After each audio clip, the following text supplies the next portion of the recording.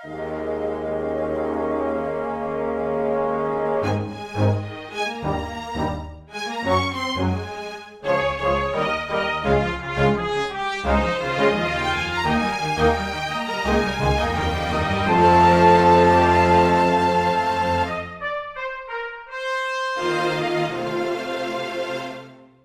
everyone, and welcome to Weekly Manga Recap. It is August the 6th of 2025. I am Nick with Quinn, and it's a manga talkie day. Hooray. Better than the manga refusal days, where we don't talk about anything. We, someone brings up a manga, and we're like, no, and we refuse to talk about it. Vow of silence at all times, but only in things regarding manga, because they are not the manga talkie day. Yes. This is like our sacred order. Yeah, I was gonna say this is our monk-like vows, where we refuse to talk about manga until this exact moment, and all of that discipline and sort of reverence for not speaking allows us to have endless things to talk about, Nick. So let's start out by talking about Ichi the Witch. Fuck. All right, well, I'm gonna go back to the monastery, and I clearly haven't been meditating enough. 20 lashes. Oh, well, this is my kind of religion now. I guess it's just Catholicism again. They're like, yeah. And then afterwards, you're going to kneel at this altar, you're going to beg for forgiveness, and then you're going to be given small tasks to complete for your salvation. I'm participating in all of it. I'm there participating in all of it and being like, so what's this mean? What are we doing? Nick, they tell me stories, and I'm like, who's that? It's the Stations of the Cross, Nick. Be respectful. What? Shh, Nick, transubstantiation is happening. Quiet. Transubstantiation? That was the term. Whenever the Eucharist... That's awesome. Does this mean... Whenever the Eucharist you're just taking upwards now. No, whenever the Eucharist is turned into the body of Christ, it's called transubstantiation, I believe. It's been a while since I remember the term, but we did have to learn it. What's crazy is you're actually talking about parts of it that I do know about, and I'm still like... I'm like, Nick, you got to pick your confirmation name. That's never made sense to me. No, it's Nick. It's just while you're in the Catholic Church, you have like an extra fun little name that just exists in your name. Not legally. If you put it on anything, it'll be rejected. But within the Catholic Church, they can refer to you as this name. They won't, but they can. It's sort of like, look, no, here's the thing. Can't I just ask to be referred to as Big Dad or something like that, and then everyone's gotta call me that? And it's gotta be a saint, Nick. Guys, I want everyone to call me Tigerfox from now on, okay?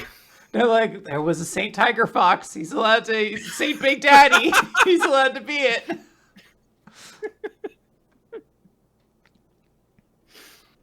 Okay. Hey, so I remembered a thing that I forgot to mention last week that I was going to bring up, and then I just did not do so after alluding to it. And there was another thing that also came about recently. So it's 2 for the price of 1. We got anime announcements for 2 of the series that we talk about in the last couple of weeks. The big one, it's been getting shared around, is Akane-banashi. I hadn't heard it got an anime. That's big news, yeah. My boyfriend is super big into Akane-banashi, so good. Even though he didn't call me, I think I still heard him scream when he saw the announcement. And Marriagetoxin also got announced too. Oh, it got announced in Akane-banashi. I did not hear about that one. Yeah, much less hubbubaloo over it, but it kind of makes sense. Honestly, that's the one I'm kind of more excited to not necessarily see animated, but that's the one I'm definitely more excited. I should say more excited.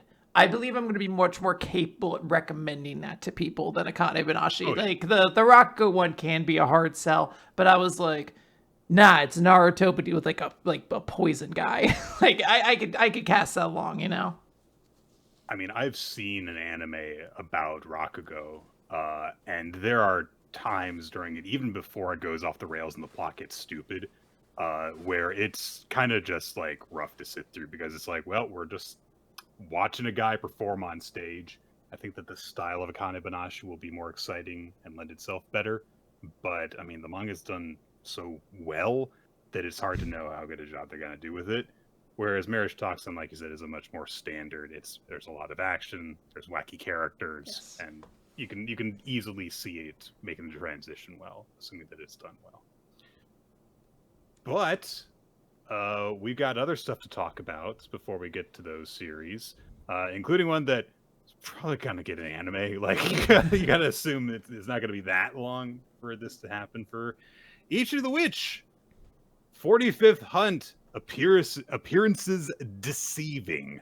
Not appearances are deceiving, but appearances deceiving. Like the appearances are the things doing the deceiving. We get a color page of Komugi with her big sister Spica, who I honestly, when I saw this, it took me a double take to recognize Komugi because she looks really, really ordinary in this image. Because I'm so used to seeing her in her hats and her being like, cutesy or like reacting to something insane happening around her. And now you can kind of tell that she's just a little bit uncomfortable and reserved. So I think it's very interesting. She has like bright green hair, and it's like a family trait. They all just have like kind of bright teal hair. Good for them. Yeah. They got those. What are the name of the dragons from Fire Emblem 7, Nick? Nils and Nanan. Didn't you play that game? I know what the Lagoos. Is that what they're called? That's, I think, the animal people, which is different than the people who are dragons, which is different than the dragon folk. Damn it. But Lagos was a good pull, so I'm going to say you're right, because who's here to correct us? The internet? Well, hang on, the chat room is lighting up. Oh, no! We get a bit of a reintroduction, a real reminder of the way that the Witches Association is kind of tiered out.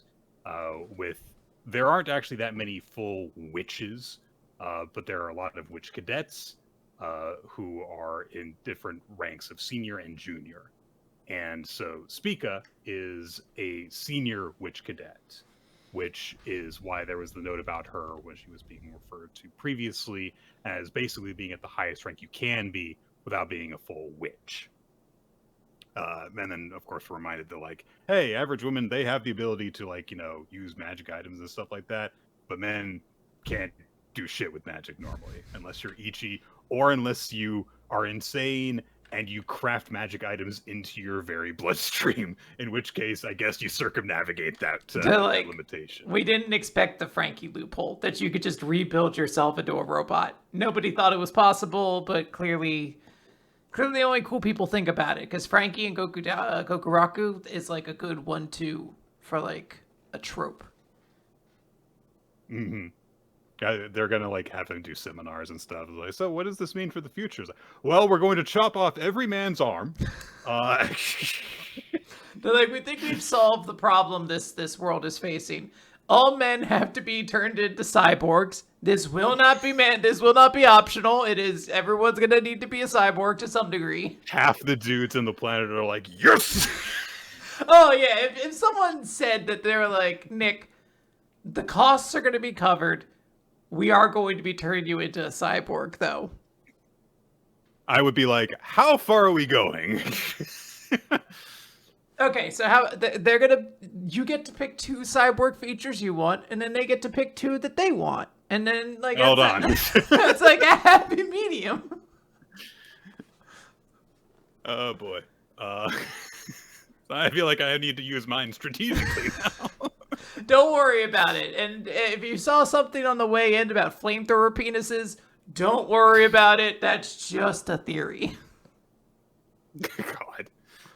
That's... yeah, all right. I don't know how to transition back. There's different departments as well within the Witches Association, and again, the Spica is the senior witch cadet and captain of her division.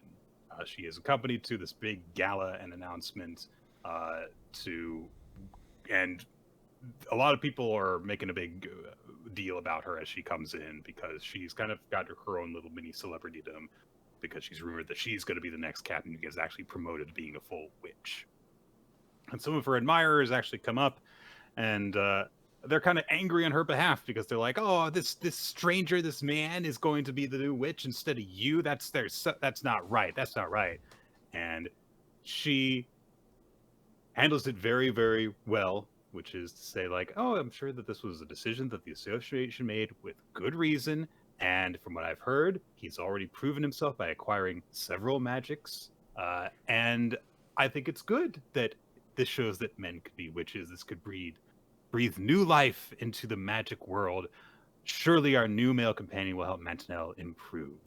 And everyone, all of her admirers, swoon because she gives such an elegant and well-balanced answer. And of course, you can see this coming right away. They're making a big deal, like, "She's so good, she's so great, she's so good." And as she's walking away, there's an ominous shot, and then of course she is thinking privately to herself, "Those silly girls don't have a single brain cell bouncing around their silly little skulls."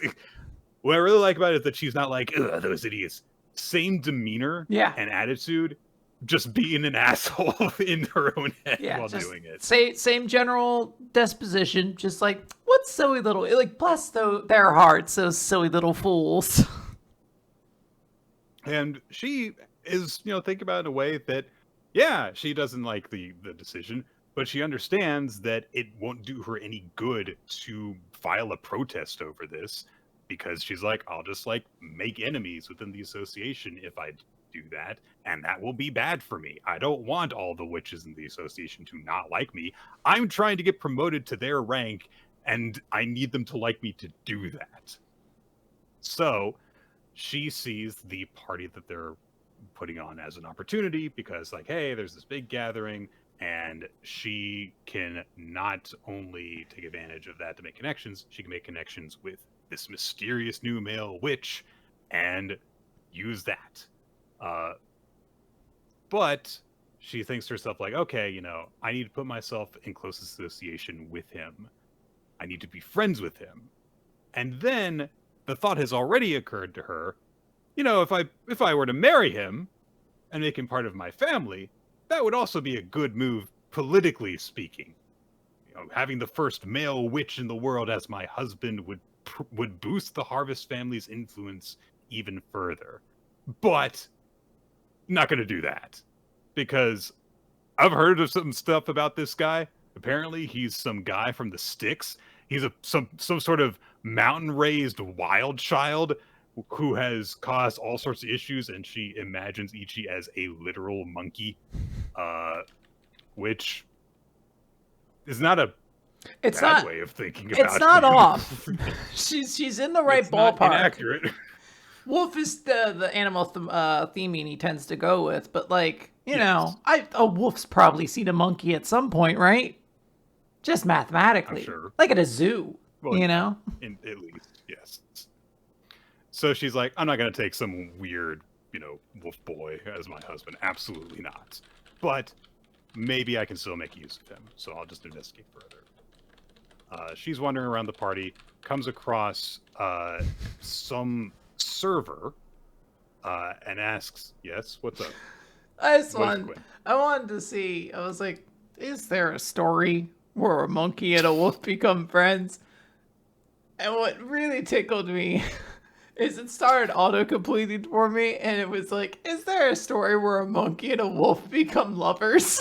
I was like, you know what? I'm also interested in this. Like B-stars, Sasquatch but Wolfman. Turns out there's a huge Sasquatch Wolfman shipping community out there, and one example is the story of Momo and Wally, Nick. A monkey and a wolf become unlikely friends. Wally? Yeah. Aww. I'm going to have to assume Momo is the monkey and Wally is the wolf because people love their alliteration. It would make sense, but I don't know for certain. My knowledge of Momo and Wally unfortunately ends there. I didn't even finish the AI summary of all this because I was like, I don't know how much this is going to be accurate, but I literally overheard a couple of coworkers today talking about how much they love AI generated like memes and stuff, and I was like, I hate you so much. I've really reached the point because my sister's like super AI pilled at this point. Like she asks ChatGPT something like 7 or 8 times a day at least. And I'm just learning to live with it. I just try to quietly shame her when she spouts things from it that I'm like, well, that's just factually wrong. That's wrong. That's wrong. My favorite was when we went to go see the Backstreet Boys. She had planned the entire itinerary, and one of the details I guess it mentioned was like, oh, there's other shows. So like while we were waiting to go to the merchandise stand, I had to mention to Terry, like she had said something like, man, wouldn't it be cool to have tickets for opening night? I was like, Terry, we do have tickets for opening night. She had no idea that we had opening night tickets to the Backstreet Boys. God. All right. So, sorry. Back into Manga Land. Yay! So, Spica asks this server if she knows where Komugi is, and we do learn for a fact that yes, they're the Harvest family, and Komugi's last name is Harvest, so that's gonna take a little bit for me to wrap my brain around. Komugi Harvest. That's, I don't know, just gonna the names don't feel like they match in my head. Okay. But anyway, she is thinking about Komugi, and it's like, oh, of all the luck that, you know, she's on the same team as this male witch. And then she thinks to herself, that girl has always been the best stepping stone, while she's got a pleasant smile on her face. What's wrong with you, Spica? What the hell? Okay. Big announcement by Shira Badona that you know, the festivities are going off, and she says, all right, here's the debut of the world's first male witch, and everyone's like, holy shit, the rumors we heard were actually true, that there is going to be a male witch announced. And Shira Badona goes on to introduce, as coming through the curtain in full regalia is Ichi. And she says that he has already rewritten history. He's got the full unanimous decision of the Witches Association to recognize him. And so she presents Ichi the Witch. And Ichi comes out in this big, like, 1.5-page spread, big flowing cape, and with a very un-Ichi expression on his face. He looks gallant, I guess you could call him. But you can just tell that he's like, I don't like this. Oh yeah. Or, I don't care about this at all. Yeah, he was told like, go out there and stand, face the crowd, and he's just doing that. Like he's probably not even blinking. He's like, yeah, sure, whatever. I do appreciate. Wonder what happened if I stabbed a light socket. You know, I love that they gave him, of course, slutty little boots. It's an Ichi staple. And to go along with it, a giant slutty hat. It's a good one, too. It's the kind of thing, honestly, you should be aiming for every day, people. Guys, what's stopping you from looking like this? Well, I'm a bit too old at this point. No, you're not. You are not too old for a pair of slutty boots, Nick. That's not what I was saying, but whatever. So, for the big hat, a number of Nick, old people wear the biggest sun hats you've ever seen. That's not what I was referring to. I can't look like Ichi because I'm too old, is my point. Oh, I mean, fair. So you're going to get slutty boots, is what you're suggesting then? A whole bunch of the women in the audience swoon because Ichi is a handsome young man. Descris comes out. She has not worn that hat that we have seen in a long time, so I guess that's just like part of her full get-up, and she's like, it's kind of troublesome to wear this hat at all times. And then we also have Gokuraku introduced as Magic Item Crafter Gokuraku, and then Komugi, and everyone gets comments except Komugi, because, you know, it's like, Descris, oh my gosh, it's Master Descris. Ichi, holy shit, he is a man. Gokuraku, another man? What the hell? And then Komugi, everyone's like, that's actually very very expected. They are introduced as the new anti-human hater magic squad, Team Descarus. And people clap for everything, including Spica's entourage. And one of them says, like, wow, that's Ichi the Witch. He's not at all what I expected. He looks really gallant. I said that. Isn't he? Master Spica? Master Spica? Cut to Spica's face, and she is looking at Ichi and immediately goes, all right, Wood. And it's a great page turn. It's just the very straight for you. Yeah, I'll have that. It's very funny. She spends the whole thing being very dismissal, like this trashy little animal boy, this wild little nature beast boy, this little turd, this the whole thing. That ain't bad. Like it's just a very funny page turn. And it has already made a great sticker in our Discord. Absolutely. And I like that we don't get really anything that she has to say about him. She just goes, yes, yeah, very yes. He's got great everything. Yes. Yeah. He's going to be a fine looking man when he gets a bit older. I want him. And that's the decision she makes, which is that she is going to go forward with marriage plan. Probably someone should tell Ichi about this at some point, I guess. But why does he need to know? Distracted. He looks kind of bored right now. So honestly, if you just tell him that this is a way that you make it that he'll like be family with Komugi, he'll probably be fully on board with it. So. Yeah, that is a way to do it. How do you feel about Spica, Nick? I think that she makes a very strong impression in this.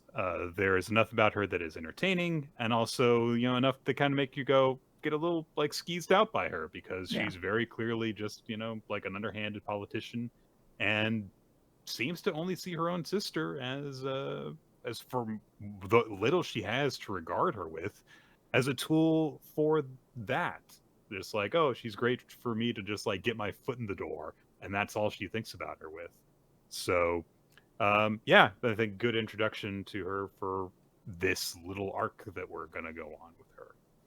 Yeah, I'm excited. I'm glad she's not like the wicked stepsister, essentially. Like there is. We know. True. We could find out extra layers to this, but I do appreciate that there is some level of like normalcy to this character, and hopefully a little bit of give and take, as we've sort of seen, just because I think it's more refreshing than just like, what if she kicks puppies and pushes old people down the stairs? Yeah, it definitely seems as though like this is a character that she is a witch, and she's part of this group, and nothing has been indicated so far that it's like she's beyond redemption and you're not going to have difficulty accepting her if there is some form of reconciliation for the small things that we've seen so far. Like if she has to be an ally down the road, you can see that happen. Now, Nick, you did say the word reconciliation, which brings me to the second sacrament of Catholicism we're going to be talking about today, the sacrament of reconciliation. Confirmation, Nick. Oh, okay. Yeah. And what's confirmation? Confirmation is when you get the additional name. You confirm yourself within the church and take a religiously significant name. I'm going to test myself. So is that when you basically like, is that when you get a stripe on your belt? And yeah, it's like getting a high blue belt basically in Taekwondo. Okay, got it. If you explain things in youth Taekwondo terms, I can get that. But don't go beyond brown belt, because I kind of lost interest at that point, and I never got promoted after that. Yeah. So reconciliation then would be sort of like the opening warm-ups you would have to do before everyone would start breaking out into their own things. It's sort of the Oh, you have an open mic night in Catholicism? You do a couple hook kicks, and then they bring you up there to do your tight five. Yeah, this actually sounds pretty fun. Honestly, I think we've just wandered ourselves into a great business idea. The first Taekwondo open mic night. Taekwondo Catholicism open night.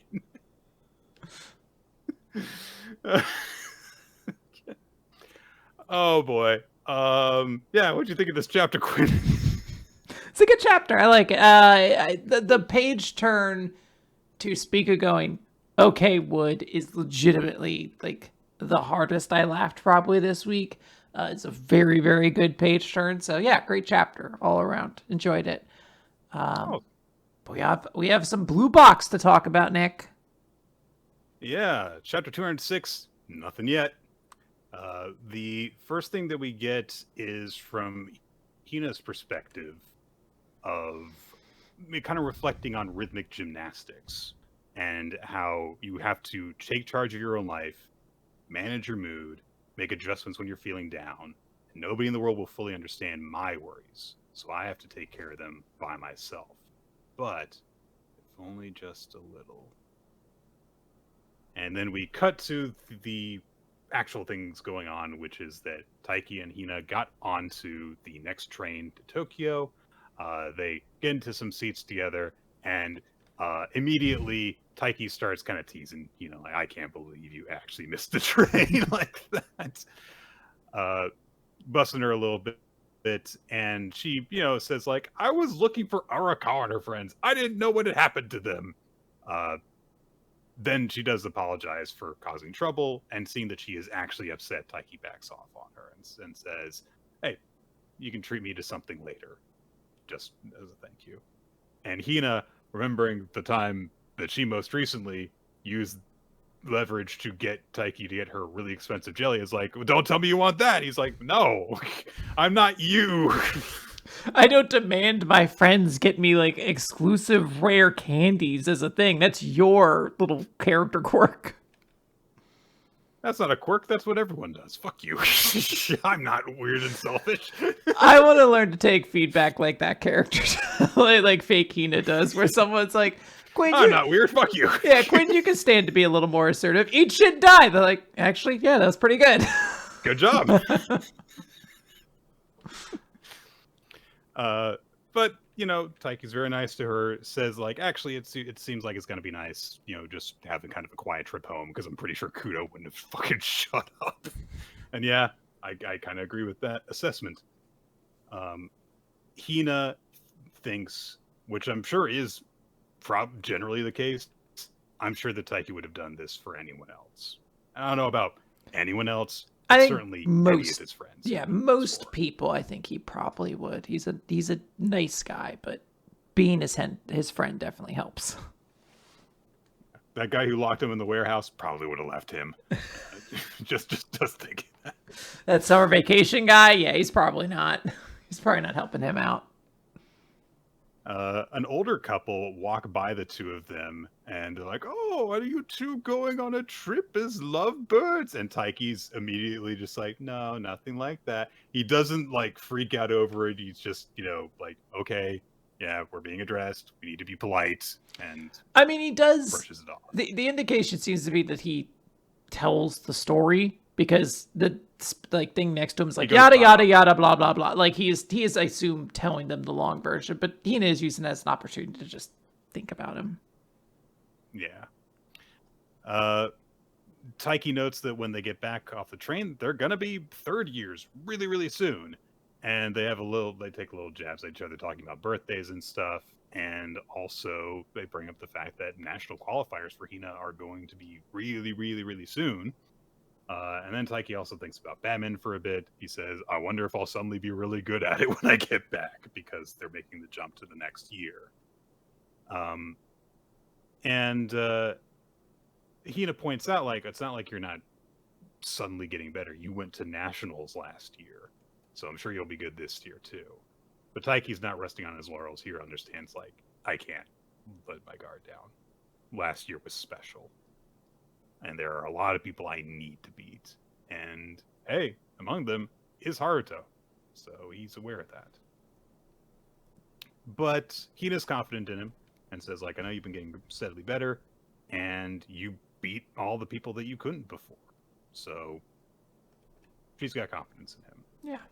Yeah. And he says, you saying that makes me feel like I actually really can win. You might not believe me, but I admire you a lot. I want to win, and I usually am just concerned about the results, and those feelings end up being the strongest for me, but I don't sense that kind of greediness from you. You've been competing for so long, you've achieved so much already, and I admire that you've fully embraced rhythmic gymnastics until it became a part of you. And Hina reflects on something that we haven't really seen from her before, which is that, hey, dedicating a whole fucking lot of time to a sport means you miss out on some stuff because you're so dedicated to it. And also, she was not just like she's a dedicating a lot of nepo time. baby. She was considered a prodigy. She's basically a nepo baby. She was considered a prodigy because her mother was a pro athlete, and so everyone was, kind of like taught to treat her a specific way, not to bother her. The coach favored her, and that's not good. And then Hina saw how hard Taiki would work, and he's not some nepo baby. He just got to where he is just by working hard, and that's it. Taiki says, "Hey, let's go to nationals together," to her. And Hina is clearly affected by this, and she stares at him while he's kind of starting to doze off on the train. And she thinks, Taiki says this kind of things to his close friends. How does he think I felt when all of that was happening? Referring to all the relationship drama in the last year or two that was going on with them.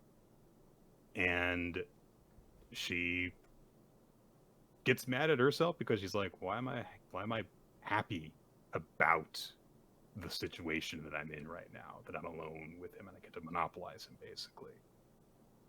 And she admits that when they were at the inn, she had a dream about something that she had put a lid on. Even though I thought I was over him, these feelings still lingered somewhere in my heart. I had no choice but to bear it alone and keep looking ahead. And at times like this, he tells me these sweet words. He stays by my side. And she, while he's kind of zoned out and slumped over to sleep on the train, she puts her head on his shoulder and thinks, I want you to be next to me. The train ride ends. They get off. Their teacher and the class are there to greet them. The teacher's really, really pissed off. Nina and Ayame are really glad to see Hina. Arakawa is there and is like, hey, sorry for not telling you where we went because you went looking for us. Meanwhile, Taiki's getting the riot act while everyone has gone. All the students have gone to Hina to be like, I'm so sorry that you got left behind and stuff. Hina does the knee bump thing, which we haven't really seen her do in a long time at this point because she hasn't been hanging out with Taiki as much. And then she says, hey, can you forgive Taiki? You can scold me instead. Because, she's kind of the cause of this, and Taiki was just staying behind to help her out. But he says, you're both going to write apology letters, which, all right. Kyo, who is observant about... Kyo, who is observant about everyone except himself, immediately looks at Hina and goes, did something happen? And then we get our chapter title because Hina says, nah, nothing yet. It's a hard road when you're a teenager trying to deal with feelings. And yeah. I love that Kyo only observes other people. If you do that, you don't leave any time to ever look inwards. So that's a good way to continue forward. If you just ignore your own problems, they'll go away. Famously, that's how it works. And I really love this insight from Hina that's just like, hey, we're going to get to see a little bit about what it was like growing up to be the prodigy student or the prodigy athlete that was Hina. We don't really get to see it because rhythm gymnastics isn't like very short. It's not a competitive sport. No, I shouldn't say competitive, but it is not like it is done one-on-one, like it's a performance, and then you move on to the next person, which I imagine maybe doesn't make the most exciting reading. But she is like a national level already. Has been since she got into high school. She was third in the nation, I think. It was just kind of very quickly mentioned. So I really appreciate getting to see more of like what it was like for her kind of growing up and getting to that point. I like, Taiki's insight where he's like, I don't see that greediness in you like I do, where I need to beat everybody. I need to be the best. You just fully do it until it became a part of you. But honestly, I'd like more of this. I would love more times just kind of like dig into Hina and what she's thinking and how she kind of operates in the world. Because I really love her as a character. Yeah, she's, got layers and stuff the way that people do. And it's, it's one of those things where it's like, hey, she did the whole thing where like she did get the charm for Haruto. She opened up a little, and then on the very same trip, she was like, I'm really just not over this guy. Even though by this point, I mean, it's been like over a year since she's been rejected by him. That's rough to like go that long and be like, I'm over it, I'm over and over. I'm not over it. Like that's rough to deal with. And I am very curious to see like what's gonna happen with her after this point. How is she going to, deal with that? So we'll see. Yeah. Go ahead. Yeah. Go ahead, sorry. Yep, I was just gonna say, very intrigued to see what happens next. I'd kind of almost, it looks like maybe the Ayame Kyo stuff might take a little bit of a backseat for a little bit, so maybe this gets moved up to our sort of B story for a period of time. Would not be against it. I don't know. In the meantime, Nick, let's talk about Dandadan. This is chapter, oh gosh, 205. 205. Oh, Spiral Training. There you go. That is tough kerning to read on that, or a tough font to read on that background. So Jiji used his evil gun and managed to hit Enenra. And Enenra's very confused about this. And How'd you hit me? Jiji's just bragging. He's like, how do you feel about Evil Eye? I'm pretty awesome, aren't I? Fires off another one. This one, Enenra dodges, though, and gets real close, swings it at Jiji. It was mentioned last time that if he was attacked, his flesh and blood body, an attack from this yokai would just simply kill him. But Jiji just says, K, and then blocks it with his elbow. And when we turn the page, we see he transformed back into Evil Eye. And, of course, Evil Eye just craves violence, so just starts immediately kicking at Enenra, despite knowing that their attacks aren't effective on him. There's a quick sequence of attacks. When Enenra comes down to attack, we see, Evil Eye pulling up a punch, and then it transitions into Jiji channeling an evil gun, fires it, sends Enenra flying. And Jiji just goes, woot, doing finger guns. As Enenra's like, how are you able to do this? And Jiji explains, he's like, because of my teacher, Miss Seiko, she's how I learned how to use spiral power. We get a very quick explanation that is mostly nonsense. It is some philosophy saying that, like, our body is made up of proteins that rotate to the left, and then all the sugars and genes and everything rotate to the right, and their properties change depending on which way you turn them. And left energy is a loosening force, and containing energy is a right rotation.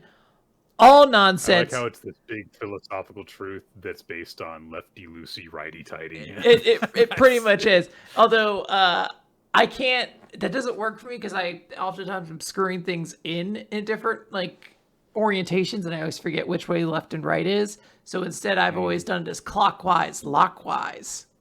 It makes perfect sense. Yeah, it's very genius.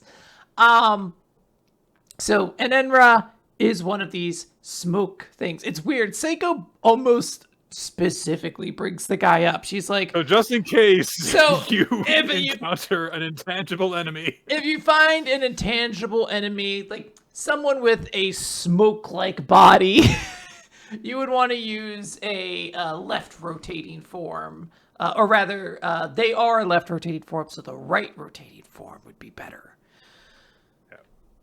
Yeah, righty-tighty, lefty-loosey. This guy you need to use righty-tighty on. So, Jiji in the present is basically like, thank you for doing it. I'm gonna beat you. You're a smoke like state. You're an L form, so that means you're weak against a right rotation. And I do love it. And Enra's like, I don't know what you're talking about. But what the fuck are you talking about? Just because you're able to hit me, and he zooms forward, kicks Jiji, sets him flying a little bit. He says, "Don't go thinking you'll be able to beat me. If you don't switch back and forth like that, you won't be able to withstand my attacks." And Jiji is the evil eye again. So, and Enra basically has a little bit of a victory condition here. He's like, basically, if I just keep the pressure on, you can't transform back, and you can't fire your evil gun in this form. So I'm just going to relentlessly beat the shit out of you now. Try switching as I pummel you mercilessly. And Jiji is just getting absolutely... You can't switch places if I have Yugi Boy succumb to the Shadow Realm. He's just walloping him and goes for like what seems to be a pretty devastating kick that Evil Eye ducks underneath and has his hands, positioned out to do an evil gun that stops an Enra. The thing I don't quite understand, he doesn't fire it, which makes sense. Jiji, like the evil eye, can't fire the gun. He just kicks him really hard. But it works, sends him kind of flying a little bit.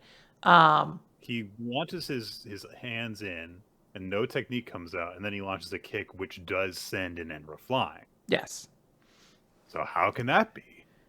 And Evil Eye says, "Shall I tell you how I'm going to beat you?" And I say, Evil Eye, this is more like GGI, Evil G. I don't. Evil Eye, G. Professor Hulk. I don't know. The two have become one at this point, and Jiji says, "It's because I'm a genius, yo. Pew pew," in a big 2-page spread. This dude is so lame. This shit roll. This is so cool, though. Yeah, I mean, hey, the fight has had a lot of just really good action, lots of just good close combat stuff in it, and I do like how very simple the story that is told in this chapter is, which is like, hey, we've got this way of dealing with the bad guy. Oh, he has immediately figured out that I just need to not let you have a chance to switch back, and is just going to keep on attacking. And then there is, the typical shonen rapid evolution that happens, but in a way that we've kind of been waiting for a long time at this point. A greater integration of the evil eye into Jiji's power set instead of him just being a liability. Mm-hmm. Yeah, I'm very curious to see what's going to happen. I assume there are some kind of conditions to this, but this was already a pretty cool chapter to show off Jiji's... I question to say new power. He's just turning his thing the other direction, and it's hitting a ghost-like person.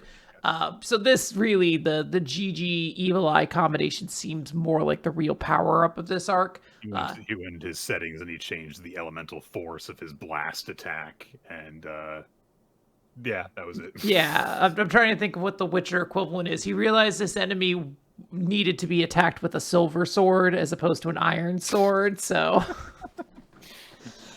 Go into the menu and yeah, that part wasn't in Gwent, so I didn't really focus on it that much during my Witcher playthrough, unfortunately.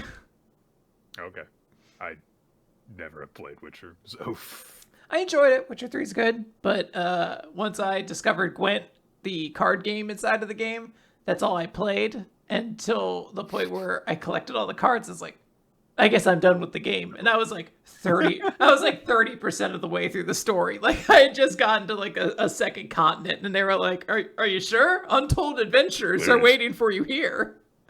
Where's the Witcher? I'm trying to find him. Oh, he's over at the table playing cards. He's been there for 15 months. I destroy your We've catapults. had people report 75 monster attacked them, and he just keeps on waving us off, going, more cards. Do you know how many goats we've lost to the Chupacabra? I assume that's an animal the Witcher fights at some point. Yeah, El Witcher, yeah. Spy Family! Very short mission, 17. Bond sees a horoscope broadcast, hears about Blood B forecast, which is, things look bad for you. don't wear black or you'll be in danger. And Bond thinks that he's a type B because his name begins with B, which means that he is very dumb, but also very smart for a dog. That he understands language that well. I was gonna say, as far as a human goes, kind of embarrassing logic. As far as a dog goes, incredible. Get him an award. So Lloyd tries to take him out for a walk, but he's got the black bow on, starts freaking out over it, tries to get a different collar, and there's a collar that was bought, that you are bought by mistake, which is just this massive spiked thing with a little skull on it. I don't know. Maybe you didn't buy that by accident, Lloyd. You don't know. Bond is worried, however, because his paws are black, and he bothers a random artist to try and get, like different colors on his paws because he's really scared. But Lloyd sees him freaking out over everything and thinks, like, you know what? Maybe he's having, a freak out because he was a test subject. He remembers some advice that the handler gave, which was that, like, yeah, these guys might be too smart for their own good. I kind of let mine pig out on something tasty, and that calms them down. She's a good dog owner. Nick, I don't like the image, though, where Bond is looking around expecting a car to hit him or a group of dogs to surround him. I hate that image, and I want it to be erased from the internet. I don't like that this dog experiences anxiety like I do. I do think that the thought of him being bullied by other dogs is bad. But that image of being hit by a car is so fucking funny to me. It's only because he gets so much air. The 3-year-old's drawing of a car, and he's just going, oh!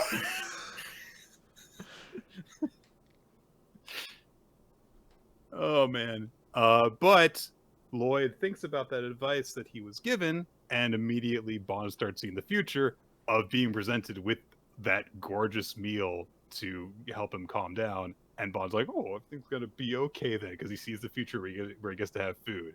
And I love the addition of Anya's note of, how come I don't get any?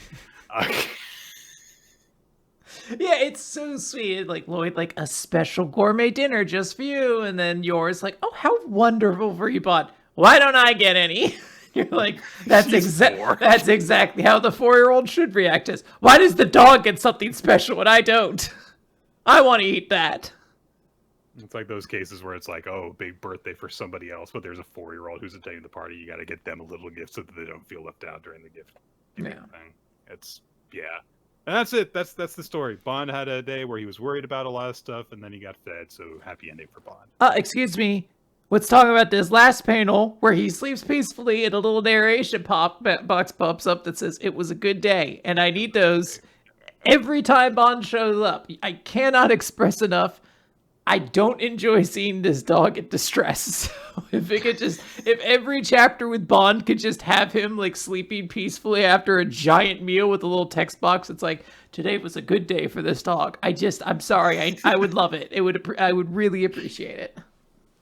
Just do a different version of this chapter, which is just Bond, like, playing with a toy, playing fetch, going for walkies, eating food, and every single different panel. It was a good day, and that's it.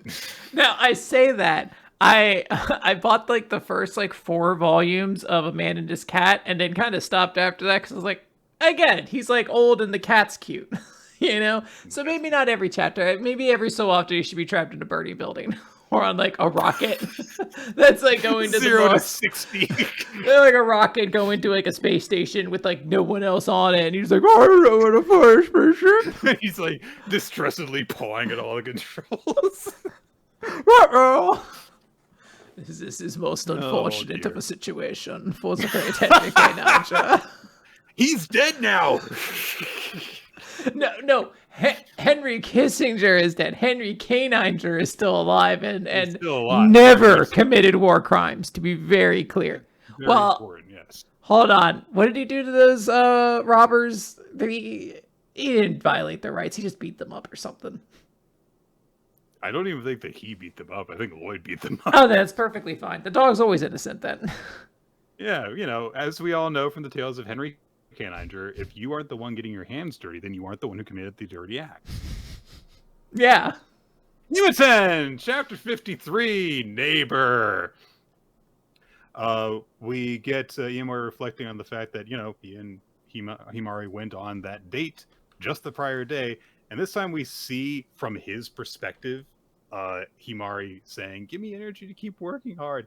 And yeah, I don't blame him for having a reaction to that, because he experienced it in the first person. And if you don't have a lot of romantic experience, that's going to that's going to have an impact on you as a young man. But he is thinking about that very innocently when Kanai comes up to him and she says, "Hey, have you heard the latest celebrity gossip?" Oh, you know what I love to do? Keep up with celebrity gossip all day long. Absolutely. Nick, I could go one-on-one with you in celebrity gossip for a little bit here, but I fully acknowledge I can't imagine a less satisfying conversation with you than being like, "Nick, let's talk about the Don't Worry Darling drama." Who? That was a more relevant reference 3 years ago or so when that movie came out. I'm trying to think what the current. We just established that I can't tell the difference between Ryan Gosling and Jake Gyllenhaal before we started recording. I was gonna say that was before the podcast. People to know. I guess the new hot topic right now is the Sydney Sweeney Jean ad stuff. Yeah, I heard that there was a thing going on with her. I don't know the details of it, but at least that's one that did reach me, and I was like, I'm not engaging with this. Like, that was one where I was like, I was there, and then I turned away. Someone came up to you and was like, "Did you see Sydney Sweeney?" And you just turn and start walking in a different direction. That's how it feels when you're on the internet and you just swipe past stuff. Yes. Yeah, it really is. Anyway, Himenono, the idol that Iemori met a few chapters ago, the one that Kanai was essentially cosplaying as during their idol act during the school festival, she is retiring from the group. According to Kanai, she is fully retiring as a celebrity, not as in like, I'm going to leave the group and try and do a solo thing. She's like, I'm just done, which is also a thing that pop idols do, because the factory churns out so goddamn many of them. Not all of them continue with careers after they are done with the idol thing. So Iemori reflects on, his encounter with Himeno and is like, yeah, I guess she was serious about that. Wow, that is kind of a surprise. Himari comes up to the two of them as well, and Iemori is still kind of awkward over the whole thing. And Himari also reflects on, wow, I did hug that boy at the end of our date, didn't I? And so she's immediately turns and goes, all right, see you in class, bye. Kanai says, something happened between you two? And Iemori says, maybe a little. And, yep. Oh dear. These two have such an interesting relationship in that they only seem to share back-breaking news every so often and then just never refer to it. In my mind, I'm still blown away that he openly called her cute to her face, and they didn't use the train going by. I was like, they just kept on hanging out afterwards. It never got really brought up. They remember it, but wild. Yeah.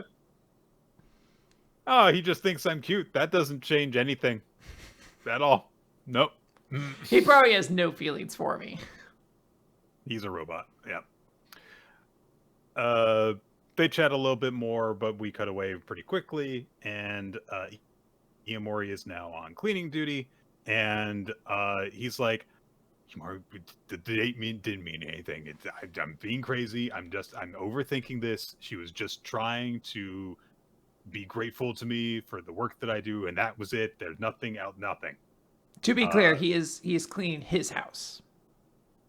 Right. He's not cleaning for work. Yeah. Right. But the doorbell rings, and wouldn't you know it, there's a new neighbor who's moved in next door, who says that they want to say hello. So Iemori goes to the door, and oh my goodness, it's Himeno.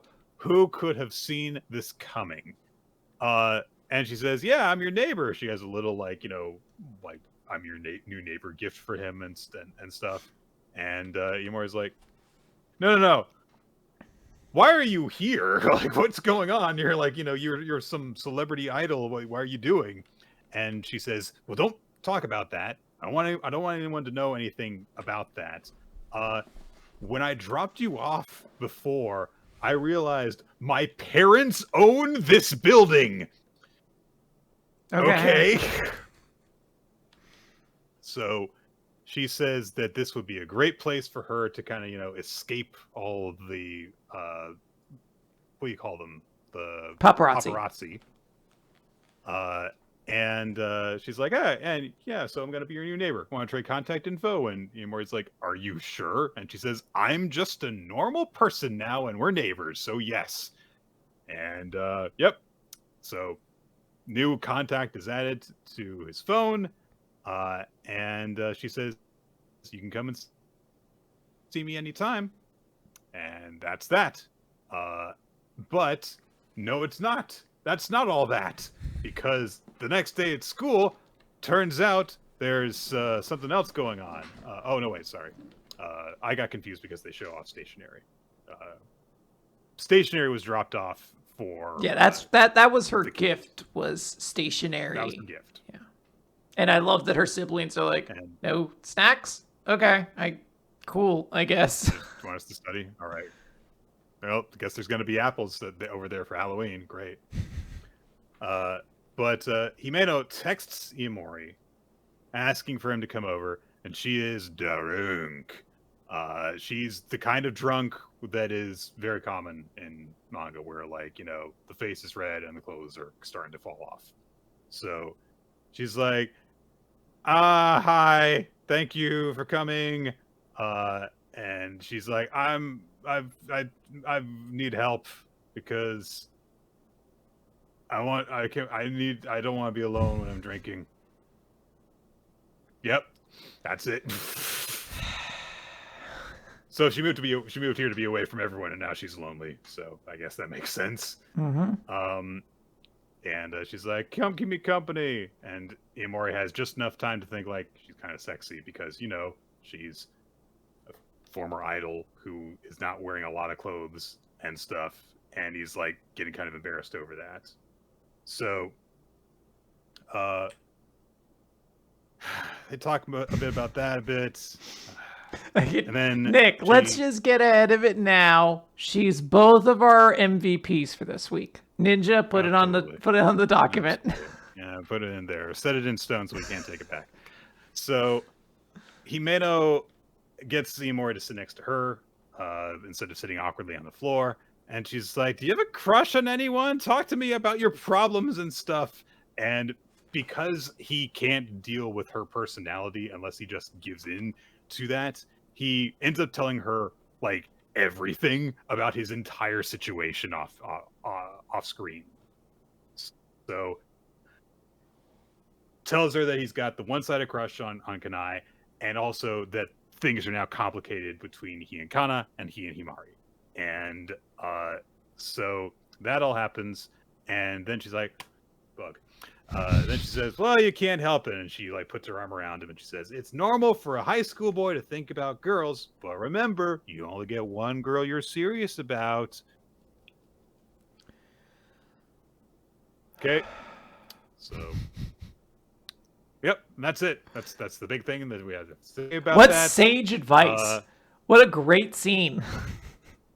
Remember, only no multi-person relationships. Those aren't a thing. They don't exist. So that's that. So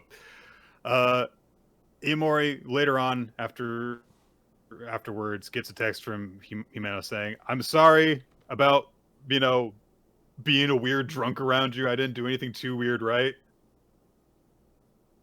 Yep. Yeah, not anything weirder than inviting this, like, 17-year-old boy over to your grown-ass woman's apartment while you got like blackout drunk apparently, and started gossiping with him of his what happened. Yeah, and started gossiping with him about his school life. I guess beyond that, you were pretty chill.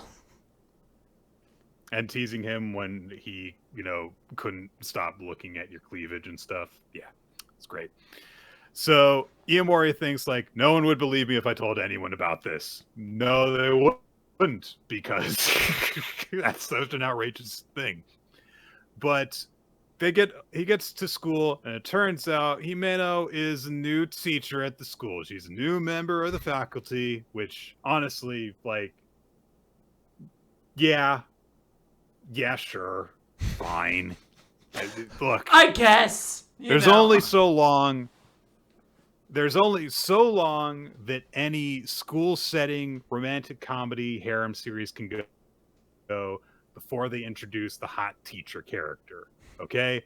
And it's just why so far she's not as bad as the one from Nisekoi. That's a really low bar. Okay? That's a low bar. What was her name? Yui? No one liked Yui. Yui. Nobody liked Yui at all whatsoever. Well, it'll remain to be seen how she compares up to Kirisu Senpai, I think was yeah. Teachers in harem manga and Jump are just fucking cursed. So this is like the third big Jump romantic comedy we've gotten, and each one of the girls in the harem who's the least interesting is always the teacher. Now, I should say, there hasn't really been any indication that she's going to be a romantic interest yet, but there hasn't been an indication that she's not going to be yet, and that is enough for me to go, oh no, I hope this doesn't go into bad places. Because there's all sorts of different things you can say about, like, teacher-student relationships, the power dynamic, the age thing. Even if like this were set in college, it would be a little bit less bad but okay. I don't think she's a good character. Like, all that stuff is true. No. It's some of those things though that, I don't know who I'm gonna say it to. I feel like most of us now have kind of retained that lesson. As a character, she's just very boring. She shows up, everything is like very coincidental to the plot as she needs it. Like, I'm done being an idol, which means I'm super beautiful and super talented, but I have all these connections and resources. I own the building next to yours. I guess I have the ins to become a school teacher at your school, like all this sort of convenient stuff. But also, like, she's just not an admirable character yet. I'm going to give her time, but I do think it was a kind of knock against her character that she gets shit-faced drunk and then invites a minor over to like help take care of her. It's like, I don't know, dog, you're a grown-ass woman, you should be able to handle yourself to some degree. Get a dog if you get lonely.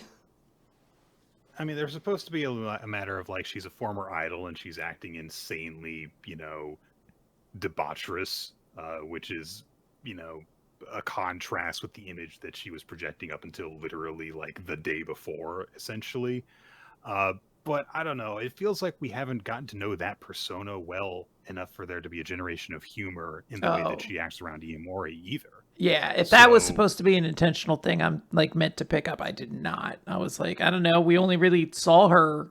We never really saw her as an idol. We just saw her when she was like, I hate this, I'm going to quit. Yeah. I mean, it might be a matter of like, there's just the expectation there if you're part of the Japanese audience because it's so much more prevalent there. But I think that it doesn't take a whole lot to show what Himeno was like in the public eye.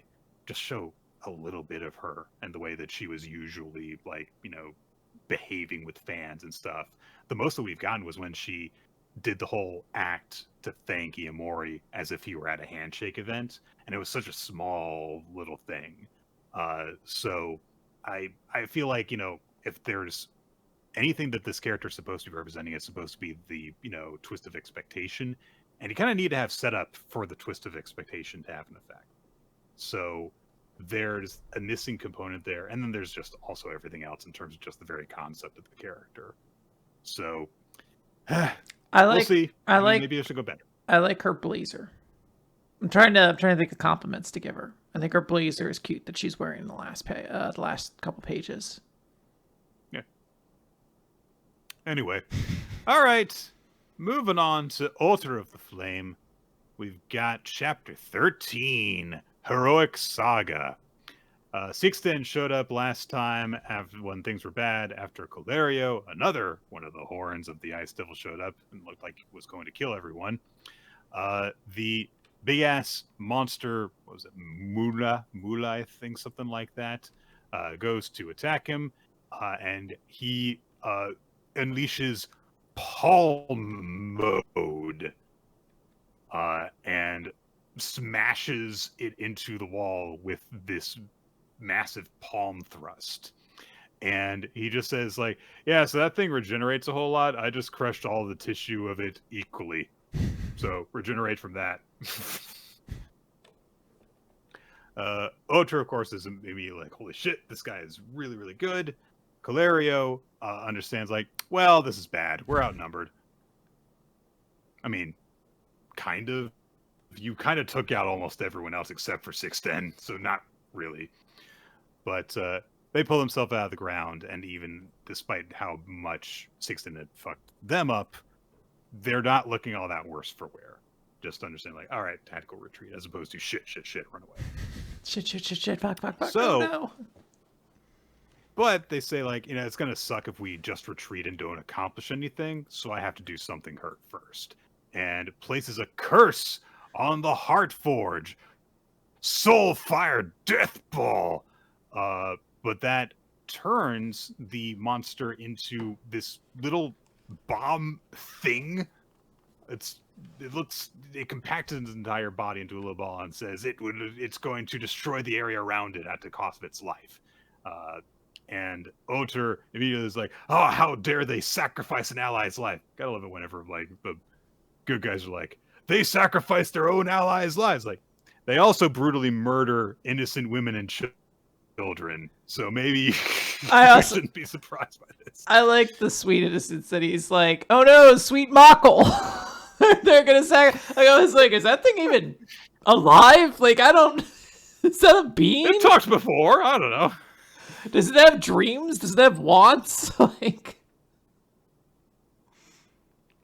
Calerio summons what looks like some sort of rift or portal behind themselves into the mouth dimension. There's growling things beyond the portal, and steps through it while saying, "Up, sucks to suck. Gonna blow you up. All the forges are gonna collapse underneath this. I guess a big hero could stop it, maybe. Don't mind if I abandon it and run away. Bye-bye." Also says, also, fuck you, Cyril. You're gonna die too. Yeah, so, you know, they suck. But before the portal fully closes, just to be a weird creep, Calerio turns and says, you two really annoyed me today, Lunar Halo and the Fire Brat. Even if you manage to escape the collapse, Calerio of the Spirit Horn will be sure to kill you both. Bye. They vanish. Everyone's like, oh, this sucks. The Heart Forge is gonna blow up. No. And Sixten is like, it's cool, guys. I got this. Everyone just head to the surface. I'll take care of everyone. Everyone, you guys, I'll take care of it. It's fine. But no, wait! Because, Cyril, I keep on wanting to just call him the Blade Horn. Cyril, who is essentially mortally wounded at this point, gets up and says, hold on. Calerio possesses powerful spells and lies as if it is second nature. Even with your body, there is no telling how long you'll be able to last. So I'll take care of this. And Sixten points out, I mean, you're close to death. And Cyril says, like, yes, which is why I should do it, because I'm gonna die anyway, essentially. Makes sense. So he tells Sixten to carry both Oter and Sirpa. Got it.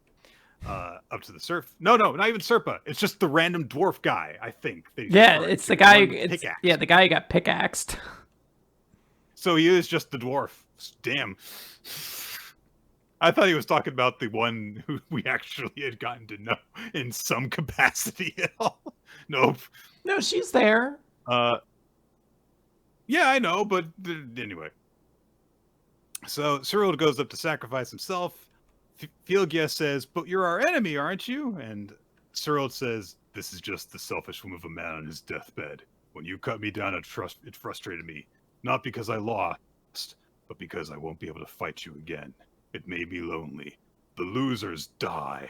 Both their bodies and souls disappear from this world, and that's why the winners tell tales. They pay respect to those they defeated, proudly hailing the heroism witnessed on both sides. Within heroic sagas, warriors fight on eternally. Pass down my tale in your own heroic saga.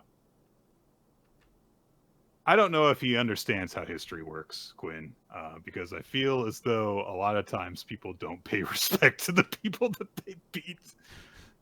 It's a very optimistic portrayal of how this works, I think. You know what they say. Everybody leaves. History is written by the winners, but the losers are spoken usually very fondly of. Yeah. Absolutely. We do establish that the Iron Spirit is being compacted into a little ingot so that they can safely carry him up too. That's extremely adorable. I love when they're like, "Where's the Iron Spirit?" Iron Spirit, right here. I'm like, cool. It can turn into things. Sirpa does stop to say to Tsuru, like, "Hey, I know that you gave like this big thing about how noble you're sacrificing yourself and how you're honor bound as a warrior and everything. I'm not going to feel sorry for you. You did horrible things to my people, and I'm not going to stop hating you."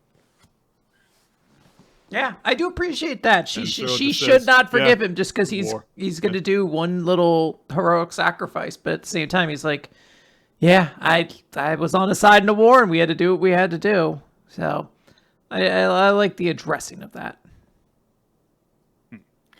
He takes out his sword, makes a big freezing cocoon around the expanding body of the monster, and Otter says, "I'm not going to forget you, Tsuru the Bladehorn." And that's that. He completely stops the explosion by just making this ice cocoon around it, and also gives his own life within the frozen thing. And yeah, that's that. Otter says as he looks on from outside, "I won't forget." And then a new character shows up, who has apparently followed after Sixten and says, "Ah, so they were after the spirit. Okay, we'll need to speed up our plans." And that's looks at him like, "What is this guy?" That's a dissonance. It's not actually. He's referring to something different than like the series has to move at a faster pace. Yeah, absolutely. Otter looks at this guy, clearly like, "I don't recognize you." And the man introduces himself and says, "Ah, who is he? That is what you're asking yourself, isn't it, Otter? I am Hugin the Wise, servant of the king." End of chapter. That's that. Yeah. There are some nice little bits in this chapter. I liked it. It's a good chapter. I love the Iron Spirit. I hope it hangs around with them. I don't know why. I just love that little guy being like, "Iron Spirit right here," and I'm just yeah. For years and years, we're gonna be talking about the old Iron Spirit, Nick.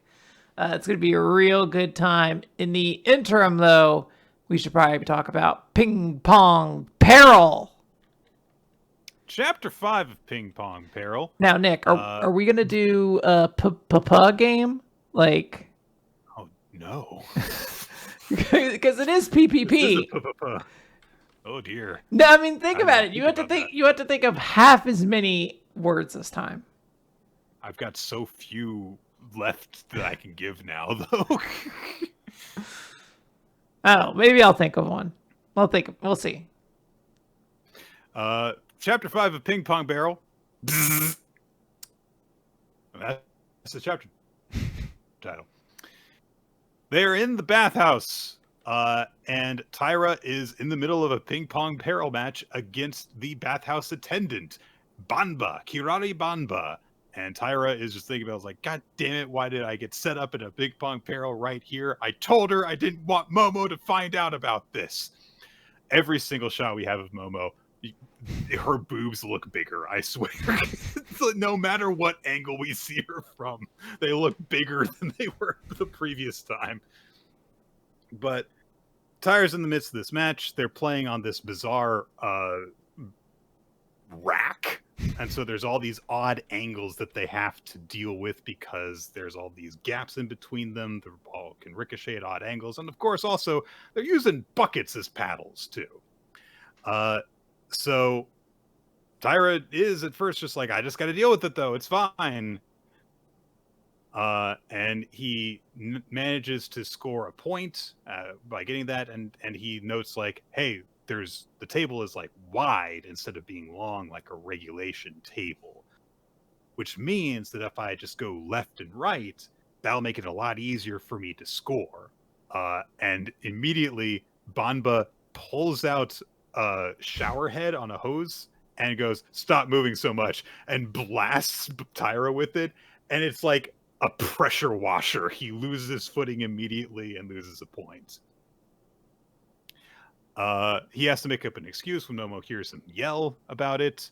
And he's like, shit, I've got to get to 11 points, and I've got to do it before Momo finds out what the hell is going on.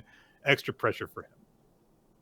And then he brings up to Banba, what the fuck is that? What did you just hit me with? And she says, this is a super high pressure shower. You know, some customers don't like weak water pressure, so I invented this high pressure shower.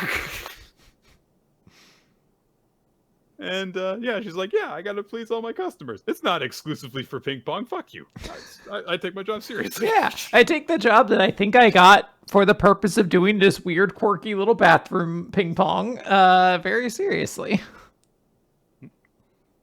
So Tyra again thinks like, I've got to do something that can help me win faster. But as Banba, still has the high pressure shower in her hand, he's like, okay, I've got to figure out a way to get this.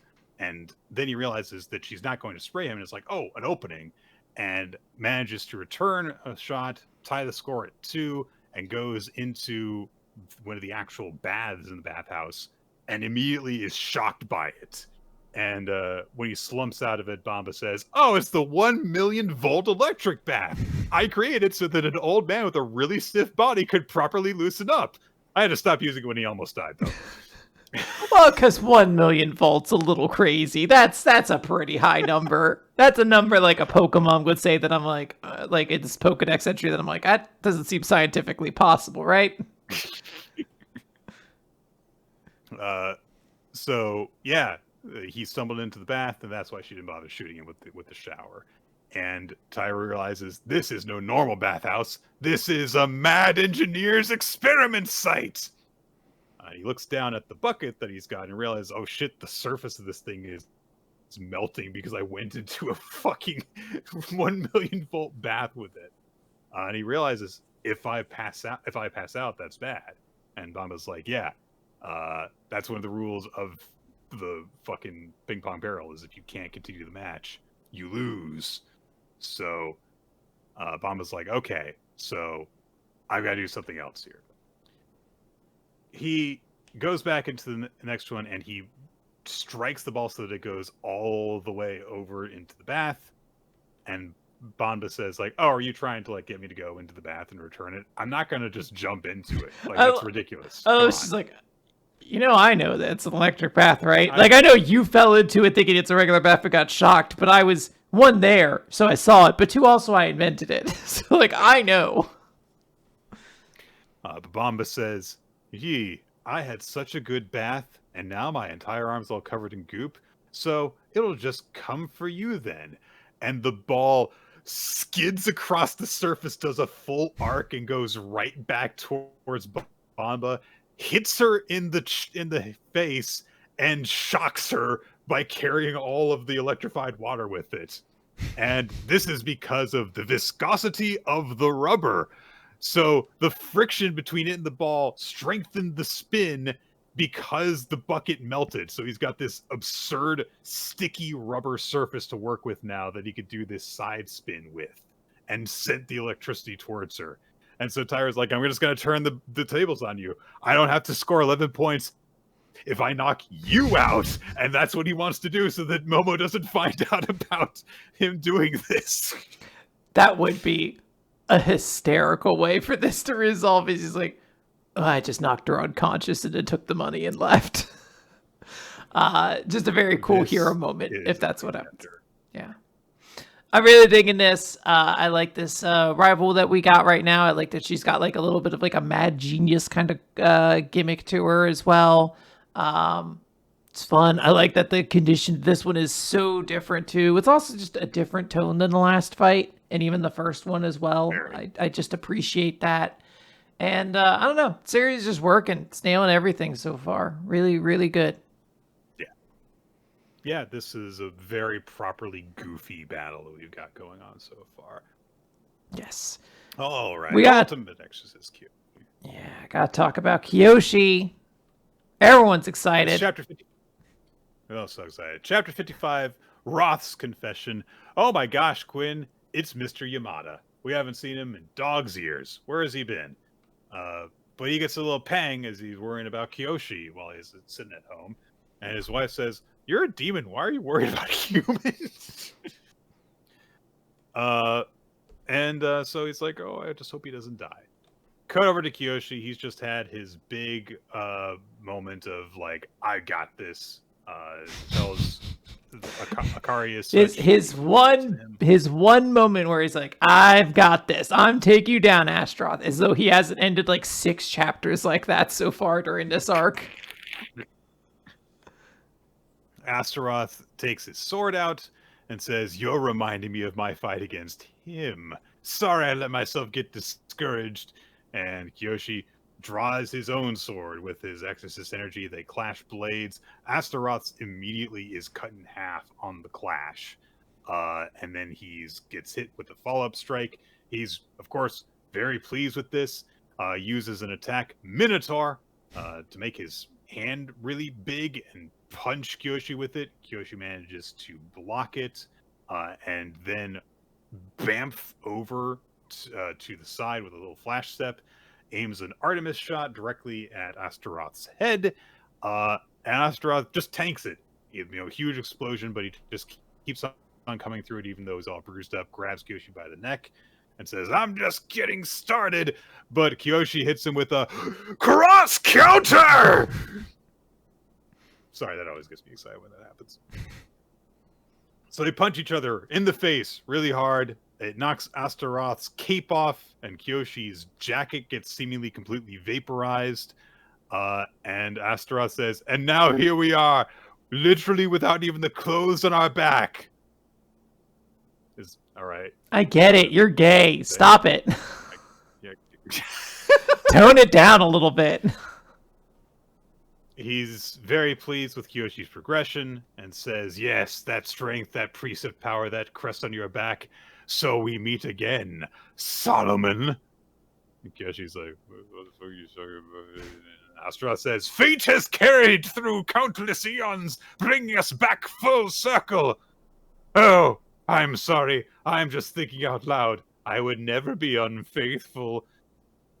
And then he V-triggers Kiyoshi in the face. I was gonna say he does V-trigger and thinks, "I've always been so alone." He says, "I've always been alone. All I've ever desired is a deadly repartee, but all I got was a bunch of corpses. It can't be that hard. I just want one thing, to adore and annihilate somebody with all of my strength." And he punches Kiyoshi, which sends a shockwave through him. But then Kiyoshi just tanks it and then puts his hands around Astaroth's arm and just vaporizes it with precept power. So Astaroth has a stump. There's really like no sense of like impact when this happens. His fucking arm explodes off and it's just like, all right, that's it. And Astaroth flat up says, "I love you, Kiyoshi," to which Akari goes, "Yikes." And Kiyoshi says, "Like I care," which can really just sum up every line he's had in this entire fight. Like, oh, whatever.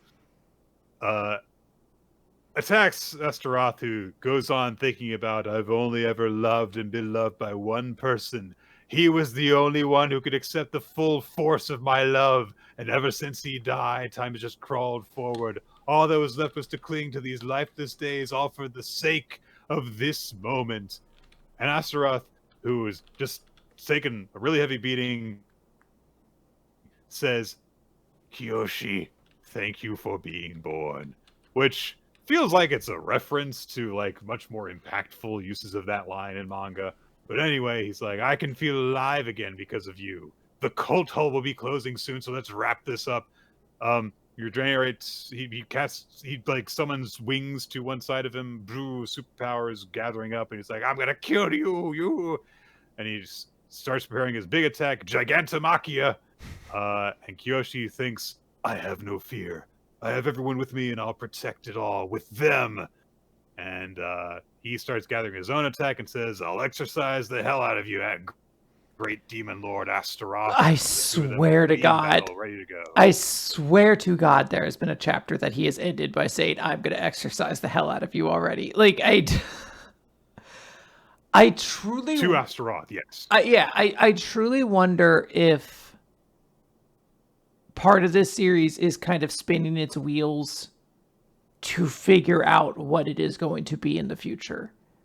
Like, I don't think we are able to I don't know. Maybe I'm just presuming too much, but I do feel there is a certain level of this series just kind of sitting in place as it just tries to figure out where it's going to be going in the future. And even if it's not the case, I will say it's made for a pretty abysmal month and a half now, or however long we've been on this purely just the Astaroth fight.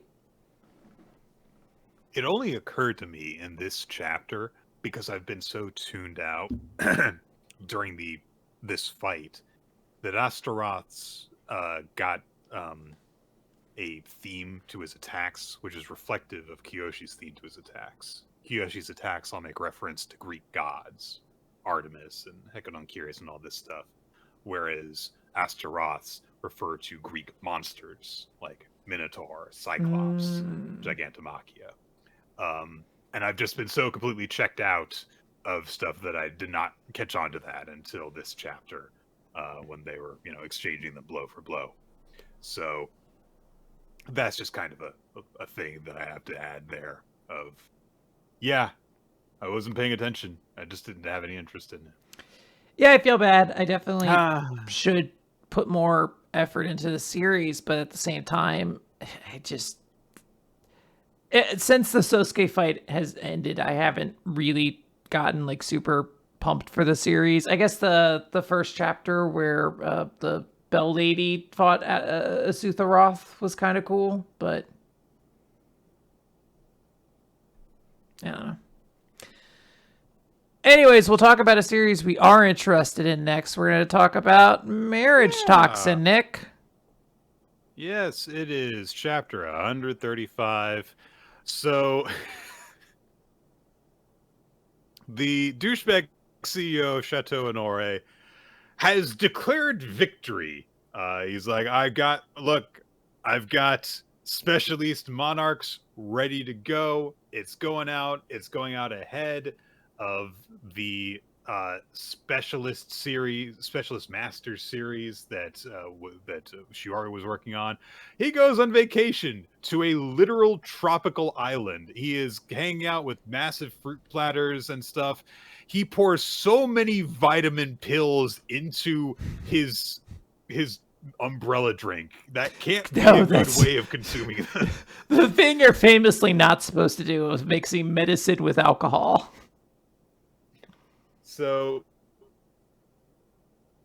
yeah, he's like, it doesn't matter. Like, it's gonna sell hotcakes. I've got all this stuff, and I'm gonna celebrate my victory. And he already had arranged stuff with promotional videos. He's got popular influencers to promote it and stuff.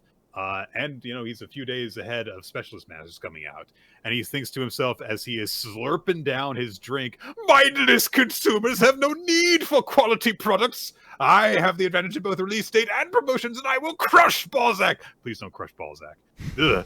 So some people pay for that, Nick. However, it's true. His phone rings, and he's like, "Didn't I tell you not to contact me while on vacation?" Wait, what the fuck? This dude knows he's like a comic book character, because he's like, yes, I shall relax on a faraway island, my phone off to the side, as I have instructed no one to call me, because everything's going to go just so perfectly. In fact, I shall sit here and sip my drink while I think about how perfectly all of my evil plans are going. Wing, what? Spit out the drink. goes to that street that has the Balzac and Chateau Honore facing off against each other, and there is no one in front of Chateau Honore, and there is a line going out the door in front of Balzac. He has a wonderful expression, which is the thumbnail on Manga Plus before you click into the chapter, of pure and utter disbelief. And there is the best exposition news reporter outside of the store to like not neutrally at all report on this story. She says like, "Oh man, Specialist Masters has taken the nation by storm. What makes the game so special? Well, let's find out." And there's people who are talking about like, "Oh, the Iron Specialist is cool and stuff." There's a nerd who's like, "They put so much heart into the game balance." There's guys saying the character designs and flavor text are crazy high quality. The game is just great on all fronts that This a game trading rules. card game possibly could be. It rules so hard. It's perfect. Everything about this game could not be better. This is Marvel Snap at launch versus Marvel Snap now, basically. What do you mean, Nick? Everyone loves the game now, I assume. Just the same way everyone loves Hearthstone, right?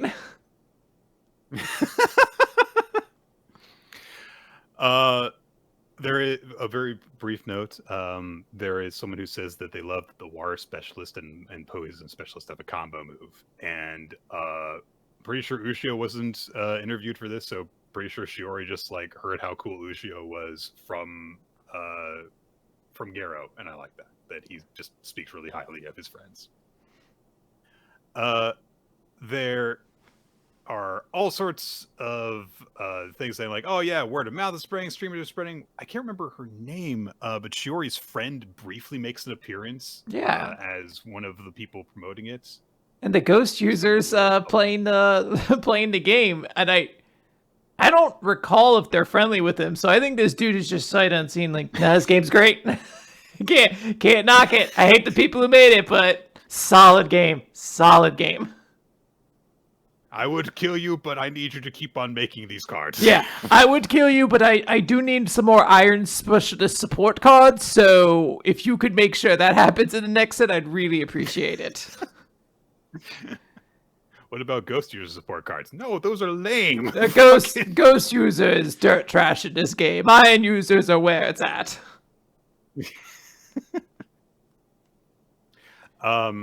So love this. The CEO immediately is like, "Hey kids, you want to try Specialist Monarchs instead?" This goes right up. "Hey there, kids." In line, like they're having a good time playing the rival game. "Hey, this game's pretty good, yeah, but you want to try Specialist Monarchs? I hear that they're doing promotion for it right now." He's so fucking blatant. And the kids look at him like he's, a random adult approaching kids playing a card game on the street. And one of them says, "I wouldn't even want any of these cards if they were for free. The only way you can win this is if you pull a rare card. It just feels like a ripoff of Specialist Masters. It sucks, and the cute character designs don't match the whole theme of the series."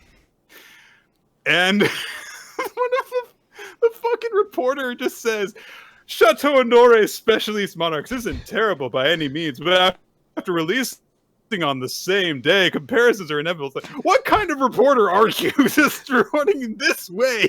I do love that, like, it's not bad by any means, but in my expert opinion. Also, I really like the idea that they're like, well, they launched the same day, so they're going to be compared. Also, they're like 1-for-1 identical games with the same theming and like character names and shit. The CEO crumples the card that he was going to give to the kids and goes, "This is preposterous." And he storms into the building and yells at the guy who called him, says, "Why didn't you immediately report to me that Specialist Monarchs was crashing?" And the person says, "You didn't ask." Fair. You got me there. My new product that I was putting a lot of investment into is tanking. And nobody thought to tell him because he didn't ask. I mean, someone did eventually tell him. They just didn't tell him the first couple days because he didn't ask. He was just so confident. He's like, of course my shit don't stink. It's going to be great. Quinn, I get the feeling that this company deserved to go under if this is I mean, they deserve to go under for a lot of ethical reasons, first and illegal foremost. things. But yeah, also the CEO is a fucking idiot, like most of them are.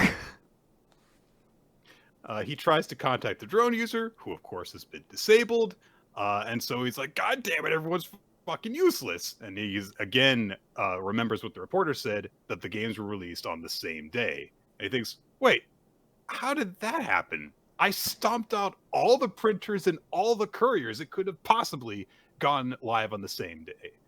And apparently, completely unchecked by security, Shiori and Gero have gone in to the Chateau Noire building. They come across him, and Shiori says, hello, it's been a while. Yeah, you look surprised. I'm guessing you didn't expect the same day release. Yeah, so I did ask my uncle Iwaki and other nearby printers to do a rush job and add an additional charge because, it's a rush job, you pay more. And for transport, she commissioned the Windwheel Clan, and that's how they were able to go on the same day. They made up the difference by having specialist users be the couriers. And that was it. But Shiori says the true key to success was customer satisfaction. And the one who taught me that was you. Because, of course, all the way back at the beginning of the arc, the CEO had mocked her and said, oh, why don't you just make a product we can't possibly copy? And Shiori, sweet fucking angel that she is, says to this man who has been a part of a conspiracy to ruin her and her entire family's lives, your advice helped me grow stronger. Thank you very much. And Gero, twists the knife and says, yeah, she's way better than you are. The gap's clear. Also, most of your assets are about to be seized because of all of the exploitation you've been doing. Prepare yourself on account of the crimes. You'd better prepare yourself for 100 million torments. However, once you've settled all your dues, we should have a rematch. But this time we should go head-to-head, fair and square. They're too good. They're too pure. I almost too much where I'm They're too nice.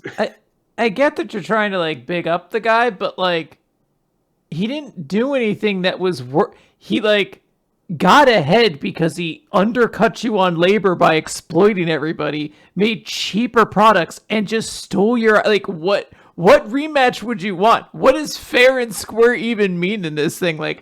And nothing sinister in our bid for financial dominance. This guy was part of a conspiracy that poisoned Shiori's aunt. That's not cool. It's this idea that Gero is no, I could tell deep down you're a really sharp guy and you'd be a great one-on-one opponent in another CEO versus CEO match. I guess Gero has made friends with people who have directly tried to murder his friends and love interests, so maybe he's got a... I don't know. Maybe. It would make a little sense if this guy seemed to express any kind of regret for anything he's done, but the last real action we saw him make... Maybe he will later. That's true. The last action we saw him make was trying to give children his card game, being like, hey guys, why don't you want to play this cool card game? Stop playing that game, guys! Gero and Shiori go to visit Shiori's Aunt Fute, and she is awake now, and she's in good spirits, and she gives Shiori her congratulations. Good job, CEO, and Shiori's really pleased.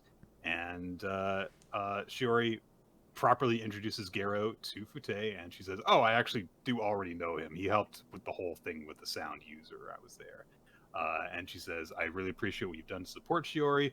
Maybe you should join us permanently. The position of CEO's husband is open right now. And, of course, Shiori and Gero are both immediately embarrassed, but her weightlifty uncle guy says, cheat day for everyone, let's celebrate. And he raises his dumbbell in celebration. So, hooray! Happy times for everyone. Except the CEO of the Chateau Honori Corporation, who is just hanging out in a storage room with all the unsold Specialist Monarch stuff, boxes and boxes full of it, as he's listening to, news about all of the bad stuff that was uncovered about his company. But he just thinks about the challenge to take them on fair and square, and he says, "That's not my style. I'll drag you down by whatever dirty means necessary. First, I'll mix in some fakes with their merchandise." And then the doll user appears behind him. His back is against the wall, and somehow the doll user appears behind him. So that's creepy. And the doll user says, "This is where your role ends. You, so obsessed with winning, set your sights on Balzac, picked a fight, and lost everything. All exactly as I'd woven into my plan. All according to Keikaku." Seams break across the CEO's eyes, and as strings cut into his flesh and twist his neck around completely, and he drops to the floor, presumably fucking dead as fuck. And the doll user says, "Mino-san, you too are nothing but another one of my dolls." And we end on a shot of the CEO's face with lifeless eyes, drool leaking out of his mouth, as he does indeed look just like a doll now because of the new scars across his eyes. All right. So, like, he's super dead. Like, I don't... Usually you can come back from a lot of things, but, I mean, that neck is all the way around. Like, that's not like, ooh, you got squeezed in the neck a little bit. Ooh, you might have, like, a sore throat for a little bit. That's, like, full, like, 360, maybe even, like, 720 going around. So, he's not doing so hot, and, yeah, we have a nice... "Good job, heroes, you did it" chapter, ending on the note of, right, the doll user, right. I hate this guy. And, of course, we did not check in on Kinosaki this entire time after leaving them on a very ominous note, so I'm presumably, the way that this usually happens in these kind of things is that Garo's going to have a little bit of a follow-up. They did just indicate they were going to have a celebration of some kind, so we're probably going to get some of that. And then, presumably, we're going to get back into a bit of the ongoing plot after this. But this was I liked this story arc quite a bit. It was a nice change of pace and presented a different kind of challenge with a different sort of villain who died horribly at the end, just like I wanted. So, good job. Yes. All right, Nick, we had so much fun talking about Marriagetoxin. It's only fair that we then bring that good energy into talking about New Exorcist. Oh boy. Oh boy. Oh boy, New Exorcist. It's only fair. This is such a big, huge chapter with so many cool details. It's gonna be so fun. Chapter 109, Tomboy Ishu, which reveals something about Ishu's character that I would not have put on her character bio in a million years. Last time, using Yozora's power, they stole Suzaku's weapon, and so now Gakuro is just wielding it. He's dual wielding sword. He's got so many swords, Quinn. Actually, before we proceed much further into this, I should note that the big color lead on Shonen Jump, at least the Viz English site for this week, is this big group spread of all the characters. That is very heavily edited from the Japanese Jump covers, which were a big cross promotion with Pokemon. Yes. That showed all the leads of the different series paired up with a Pokemon partner. And so some of them were just kind of straightforward, like Luffy was paired up with Pikachu because, they're the most popular leads. Yeah. Most popular. There's a very adorable... Oh my god, Nick, wait, who's older, Pikachu or Luffy?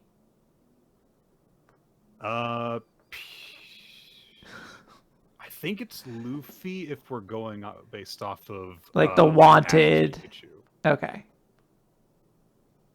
I think that it's Luffy because They got to be pretty close, though. I was about to be like, the biggest. Close, I was like, also, I think they're just peers. Like, I think they say hello to each other when they see each other, like, at work, Both wearing their ties. Mr. Pikachu. The Pokemon anime debuted in 1997, which would have been after One Piece debuted. What about the video game? Like before.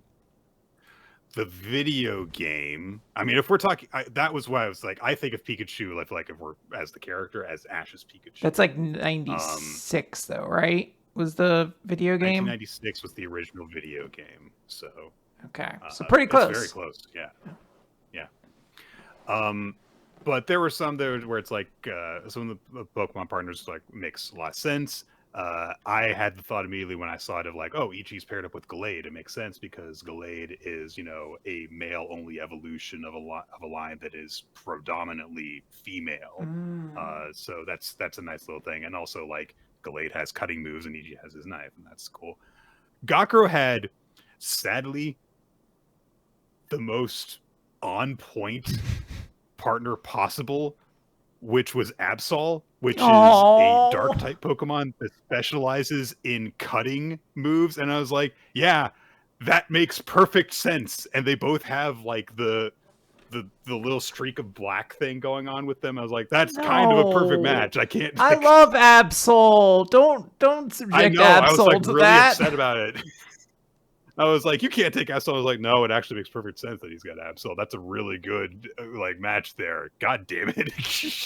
Why couldn't you have gotten like a Stunfisk or some shit like that? There were some that I looked at and I was like, I literally don't get the logic behind this at all whatsoever. But that one was a pretty. What was Ping-Pong Peril? I don't even know. I don't even know if they got one. That wasn't one of the breakdowns. No, they did. It wasn't on the original breakdown that I got to see because it didn't include like the very most recent stuff. Oh, okay. So I don't remember who Tiger was matched up with. Off the top of my head. Fair enough. Trying to think if there's any other ones I'd really think about. What was Kiyoshi? Kiyoshi was Mega Gengar. All right. I guess that one I didn't really agree with. Yeah, it kind of shows them with like let's see, Chihiro from Kagurabachi was matched up with Tepig, which I didn't really like. It's because Tepig's going to be a starter in the new Legends game. Because I think I did hear that like Chikorita and Totodile are there. Yeah, that's why Totodile was matched with Chinatsu, is because they had to put the three starters on with like their three biggest, three of their biggest series. Yeah. So I like the Eerie Gray, the main character of Kill Blue, got Mega Houndoom, which makes zero sense, but Mega Houndoom fucking sucks, so it's fine.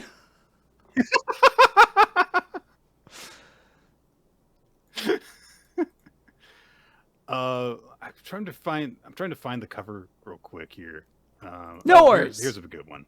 Akane got matched up with Wobbuffet, which is fantastic. Apparently based on Wobbuffet's based on like an old Rakugoka. Yes. Tokiyuki was matched with Eevee, which I think makes a lot of sense. Eevee is a big potential Pokemon that also knows Run Away. So that's pretty good. God, I have to. Oh, Tyra's matched with Meowth, which is great. Okay, yeah, I could see that. Yeah. The lead of Witch Watch was matched up with Clefairy.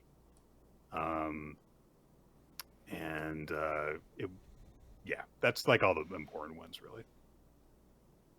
Okay, so getting into the actual chapter again. So Gakuro's got his swords, and he's going to take that. He's going to attack Suzuki. Suzuki says, "I have to learn more about you for Ishu's sake."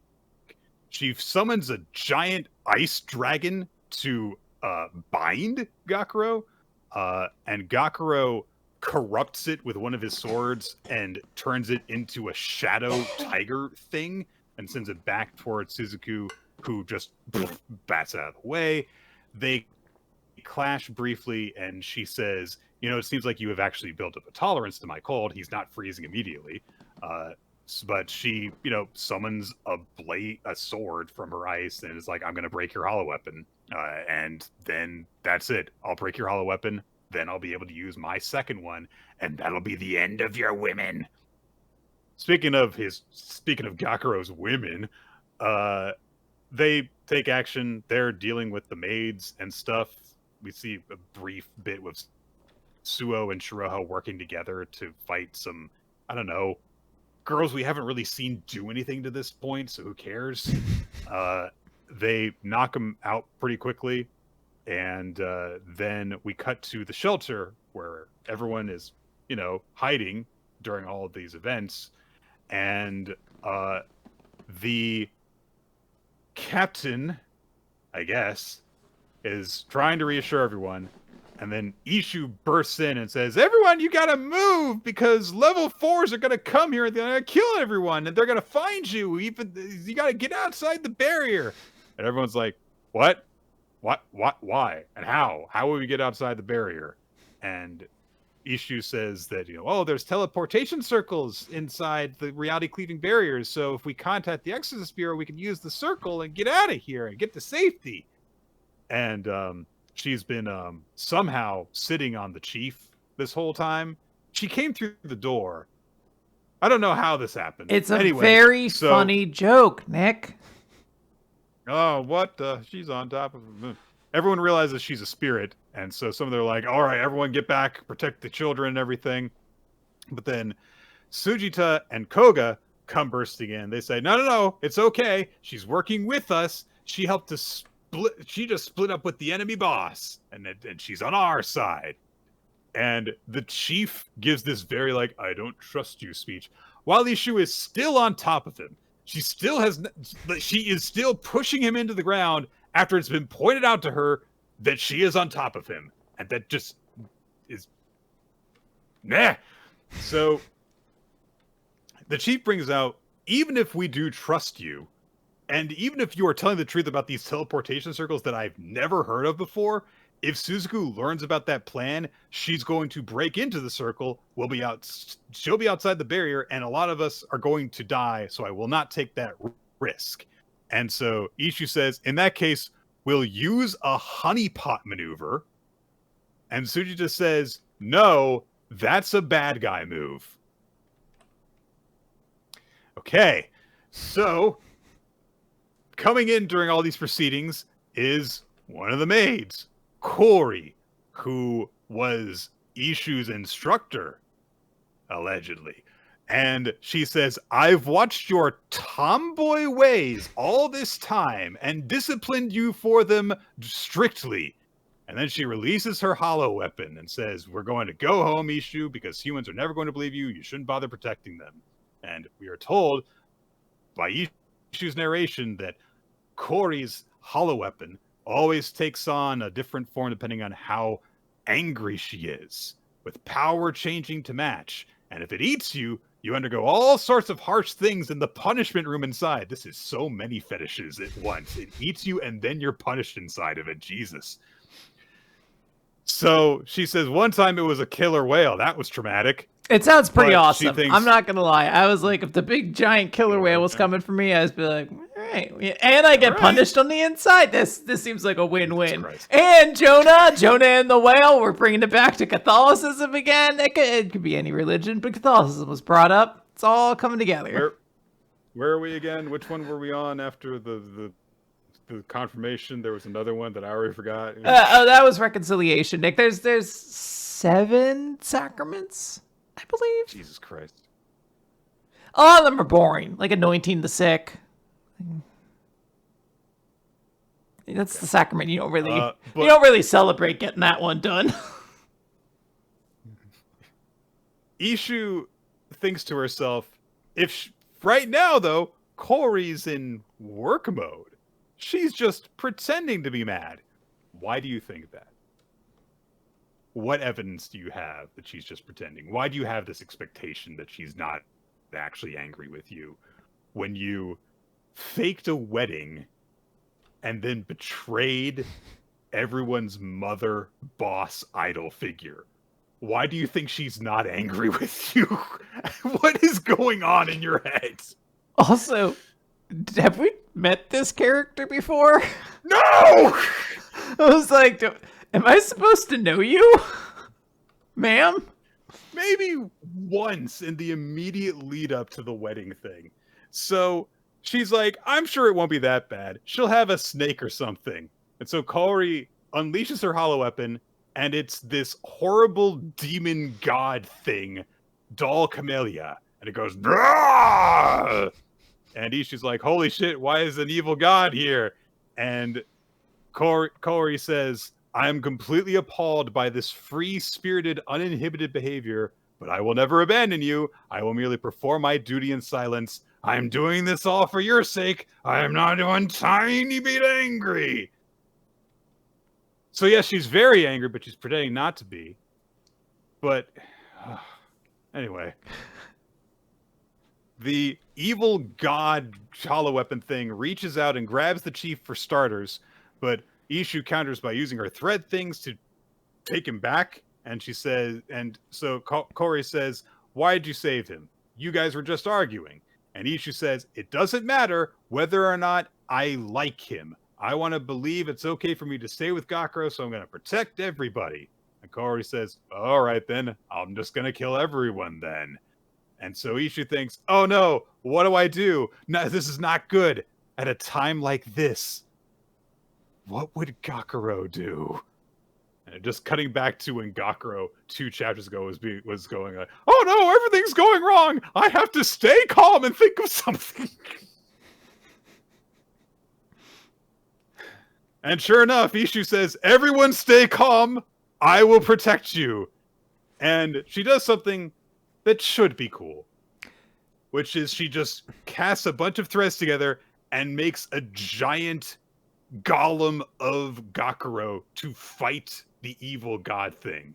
And it's like, look, this should be ridiculous and stupid and fun. There's no impact given to the appearance of this thing. And it is on the heels of a really stupid pair of really stupid interactions. So no, it's not good. Gakuro's golem thing gets knocked to the ground immediately. And Ishi's like, it's okay. Gakuro always just gets up no matter how often it takes. Yes, that is his only thing, is he just keeps on getting up until you get tired of punching him. That's true. And everyone's like, all right, yeah, fight that thing, because they're like, please don't let the kaiju kill us. And Ishi says, thank you, I'll do my best.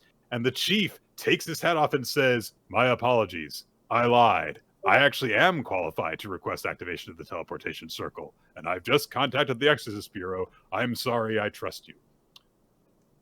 Well, that was easy, and the Gakuro Golem thing overpowers the evil god thing. Yay, that was a 3-page fight.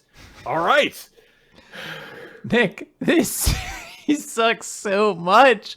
I don't understand it. So one thing I will say is I do think that the girls, I don't even know how to identify characters anymore because everyone's just a woman in the horny series. The romance girls run into a bunch of other maids in like a hallway, like Shiroa and them. And I assume that what we are meant to get is that they aren't defeated. They're just like kind of knocked out and are going to be like potential antagonists for them to fight, which would be fine. Like, we're trying to set up this big action arc. It's just shonen battle series. Like, give something for the characters to do. I don't know who any of these girls are, but like, you could find a way to explain them to me. We'll find out. It's very important to like build cool moments for your characters. So we get into this scene, and you know, fucking what is her name? Ishu, I think. Ishu. Yeah. Ishu comes in. She's like, guys, all of you exorcists have to get out of here. You have to take this magic portal. Exorcists don't believe her. She's a fucking spirit. She's a level 4. Like, they're not going to trust her, obviously, or whatever. Makes sense. Yeah. it's a good character moment for her to be trying to save these people, and they refuse to let past their biases to trust her. And then, in an act of protecting them, these people come to see her and earn her respect, rather, or she earns their respect. If you got the chapter summary of these events, you would be like, oh, that's pretty cool. Yeah, like Ishu gets like a big moment where she wants to be more like Gakuro, and that allows her to fight back against it and protect these people. All this should be very cool on paper, and it just reads like a weird gag manga. Like, to the point where I was like, like, what is this tone? Everything is just a joke into a joke into a joke. Like, the moment you mentioned with Gakuro becoming like a strength thing, even that kind of felt like it was supposed to be a little bit of a joke. Yeah. Like, I don't know. She made a Stringala thing of her boyfriend. Yeah. Yeah. So yeah, pretty bad. Pretty not good. I like how they posit that Ishu is a tomboy when there has been no indication she is a tomboy prior to this moment, and then they cite 0 instances of her being a tomboy at all whatsoever. Truly diabolical. Yep. Let's move on. Akane-banashi, story 169, false classic. We get a flashback to when Karashi was young, solved a math problem that pissed the teacher off for some reason when he was called on to answer it. I don't know. It was just to find the area of a triangle. Whatever. But this is an example to show Karashi thinking, as long as you know the formula, the answer will unfold itself for you. Everything has a trick to solving it, and I've just always had a knack for finding that trick. I can do anything. And that's my social status, that's my source of confidence, my stack of evidence. And so we get to that moment where, he lost that competition to Akane way back when. And he thinks, this had never happened before. Not only did I not know the trick to win, is this good or not? I can't even tell what the girl's going for. I couldn't even understand what I was watching. And so we've seen that, this identity that he had of always knowing the answer was built up like a Jenga tower. And he thinks to himself, if I accept this defeat and his finger knocks it over, it'll be the end for me. I'll never be able to go back to being the old me again. So he asked for advice from a character we haven't seen in fucking forever, Shohei, who's a famous classical rakugoka aside from Isho. And he sought them out for further insight and training so that he could get better. And he thinks, I've been biding my time, collecting all the cards I need for my hand. It was all for this. And he had said to Hikaru, I'm not interested in winning in some vague and unsatisfying way like somebody I know. I won't bruise that ego of hers until we're Futatsume. And now is the time for him to make his winning play in his mind. So he takes the stage and he says, in human history, much has been made of rumors. He gives a little lesson about the kanji for rumor, how it's made from the symbols for mouth and respect, which is ironic because rumors are generally not respectful. The common people delight in such rumors today just as much as they have in the past. And he starts acting out a story between two people who talk about the famous kabuki actor Entaro Ichimura. And, one of them who's it's brought up to is oh yeah, and he starts acting out this kabuki play that he was in and everything. And the other one says, no, all right. Stories about Entaro say he's a married man, but he's also got a side piece he sees regularly. Ooh, scandal. And so they bring up the potential consequences of that. And one of them says, hey, if people learn about this, there could be uproar in all of Edo. And the other says, so what do you think? It's a good nugget of news, right? We sell the news. It's all about dashing off tile print block prints and selling as many of them as fast as we can. And so this story is titled Monkey See, Monkey Do. A newspaperman hears about a rumor about a popular actor's infidelity and sets out to uncover the truth. As this is going on, the outsider judge, is like, oh, this is, kind of like a timeless thing then. An act of unfaithfulness that costs everything. Everyone in the audience is familiar with this. And she's like, I didn't know that there were classics like this. And the judge sitting next to her says, oh, yeah, there aren't. There aren't stories in the classics like this. There is no classic Rakugo story that goes like this. And she's very confused, and he says, like, yeah, I'm here, I'm the judging panel as a guide to the arts, so I'm very familiar with a lot of Rakugo stories. I'm familiar with even ones that are only in reference materials. And I can tell you for a fact, there is no Rakugo classic like this. And so the other judge says, so what's he doing then? And he explains, Karashi is using the backdrop of the classics as the foundation for an entirely new Rakugo story. And we see Karashi being portrayed in, like, a modern artist's studio, and he's got, a pad that he's drawing on and stuff as he's creating a classic art piece, but with modern tools as the visual for this. Karashi's explanation earlier was, I'm not someone who's going to challenge that Rakugo-obsessed fool on skill alone. And Hikaru questioned him, like, so what the hell are you going to do then? Are you going to try and do that classic reset in the modern day? And he's like, nah. That's going to be a hit with the younger crowd, yes. But the old yappers don't like it. So instead, I'll take the opposite approach. I'll rewrite the modern day as a classic. The story I tell contains something modern and relatable in the trappings of the traditional arts. A counterfeit take on the oldies. A false classic. And we get this big page-and-a-half spread of Karashi showing off the completed fake classic painting that he made on the tablet for the visual of what he's doing with his Rakugo. Karashi's so cool. Like, this dude's so awesome. I really like him. It's great to have Akane-banashi back, right, Chris? Quinn? I don't know. I enjoy Karashi's way of making Rakugo exciting, and I like this version of it. I'm very curious to see where they're going to try to go with this, because I can easily see what's his name, Sendo, so the clock guy, Shohei. Oh yeah. Shohei. I can easily see him. Or Shomei.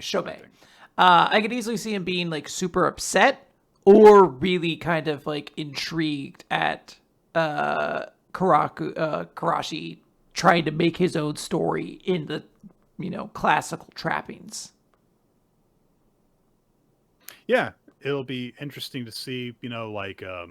We could end up getting one of those kind of things where, like, the distribution of judges' assessments could, give a little bit further insight into it. Like, maybe Karashi will score even higher than Hikaru did with the other two judges because he's doing something so daring and interesting and evocative.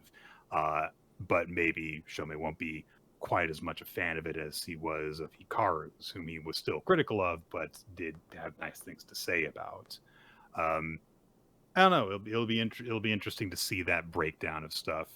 And I do definitely appreciate that, hey, we're doing another three-way clash between these guys. And again, they're all taking vastly different approaches to how they're doing this to emphasize their different, unique qualities as performers. And not just as performers, but as people who have different thoughts about what they want to do in this performance. Yeah. Karashi definitely seems like the bigger threat based off of just his mindset going into this competition. Just like, I'm going to buy my time and I'm going to win when I want to. Like, he's been holding back this stuff for a long time.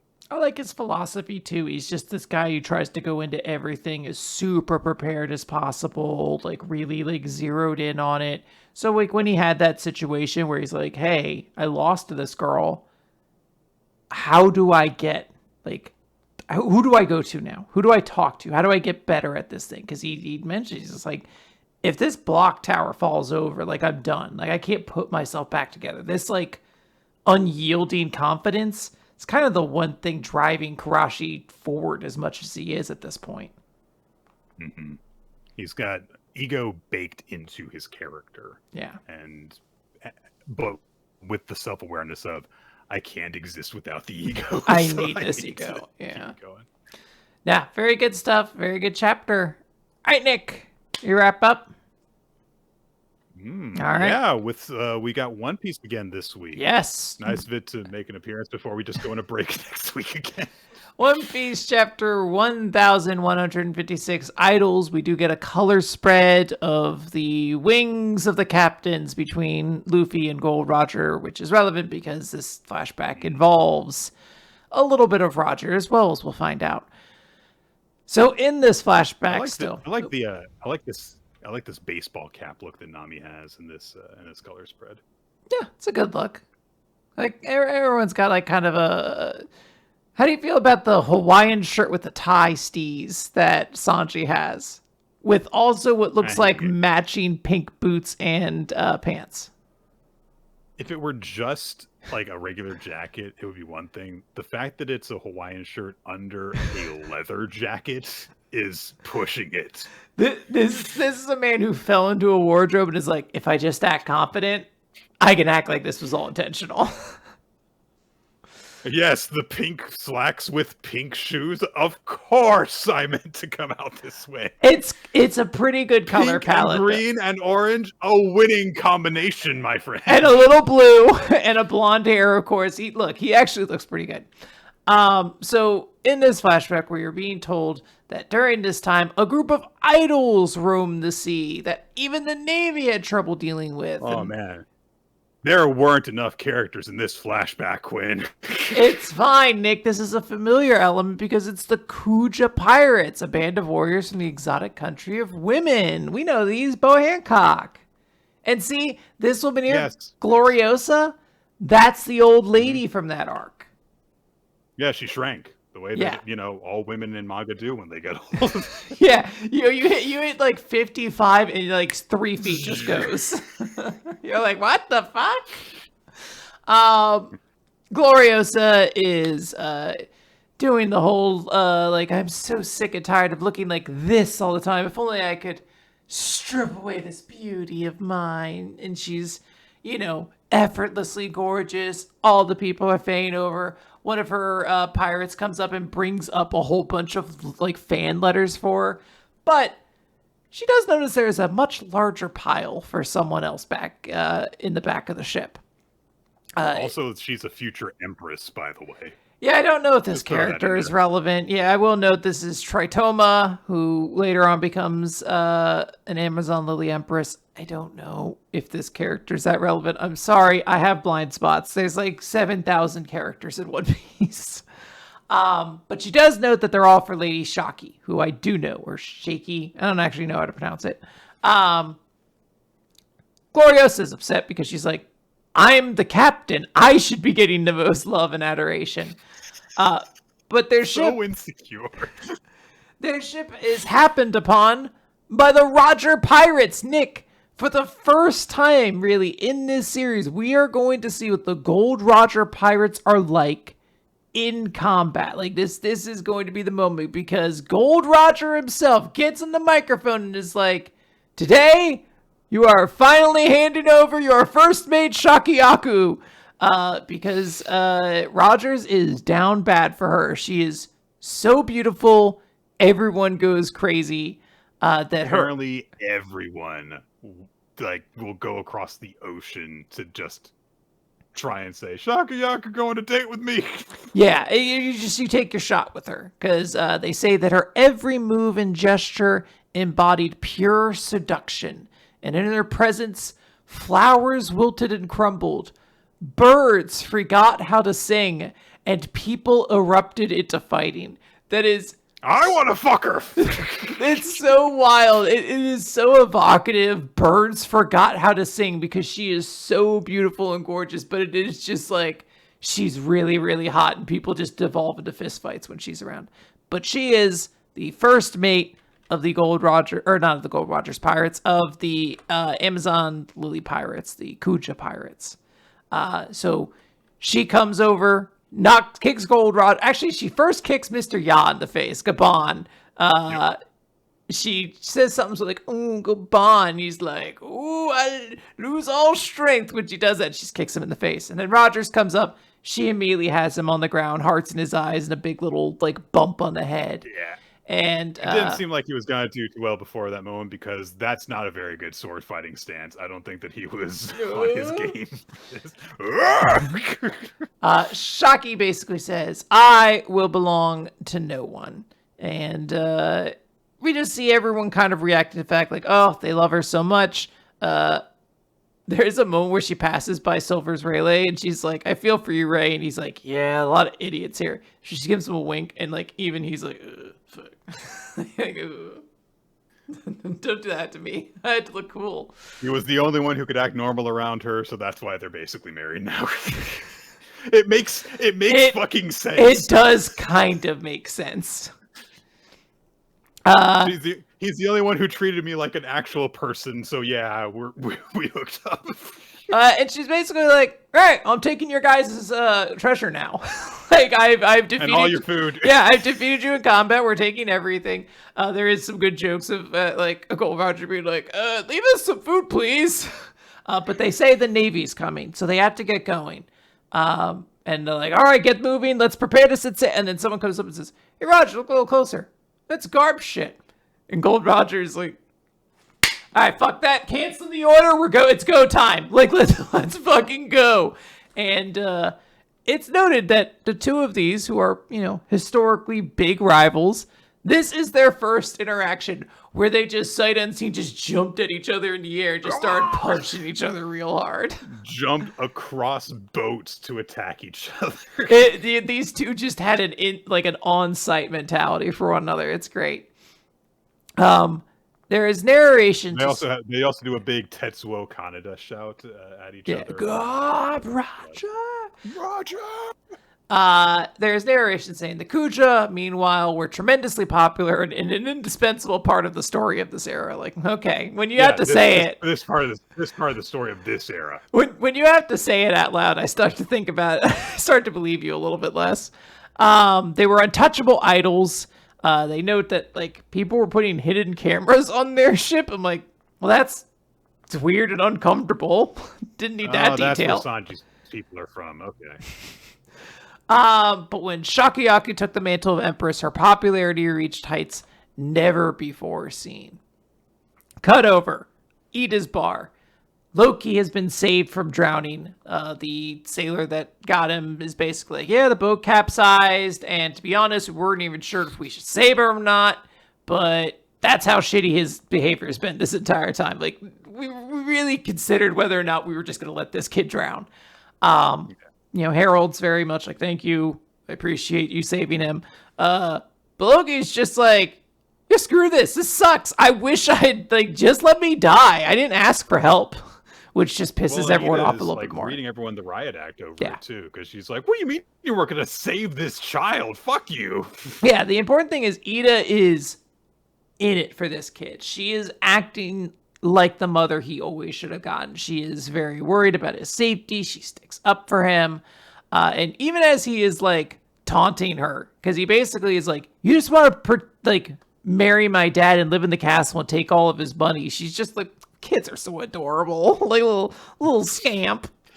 Honestly, it's an amazing amount of wisdom and perspective that she has, which is just like, he's just a little kid. He doesn't know better. I'm not going to take him seriously. The thing is, this fucking kid, she could still be alive, Nick. Ida could still be alive. We may just not have seen her yet. I doubt it. I truly doubt it. She is a mom in a One Piece flashback, but there is a chance. How many moms in One Piece are around? Moms in One Piece? Yeah.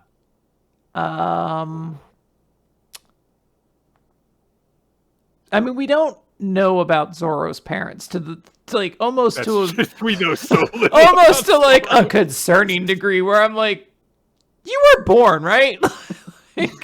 Everyone's like, Zoro, what's your whole deal? It's like, I already told you about my best friend. I'm not gonna tell anyone else. Glares menacingly at the stairs. What was her name? Dandadan? Luffy's surrogate mother?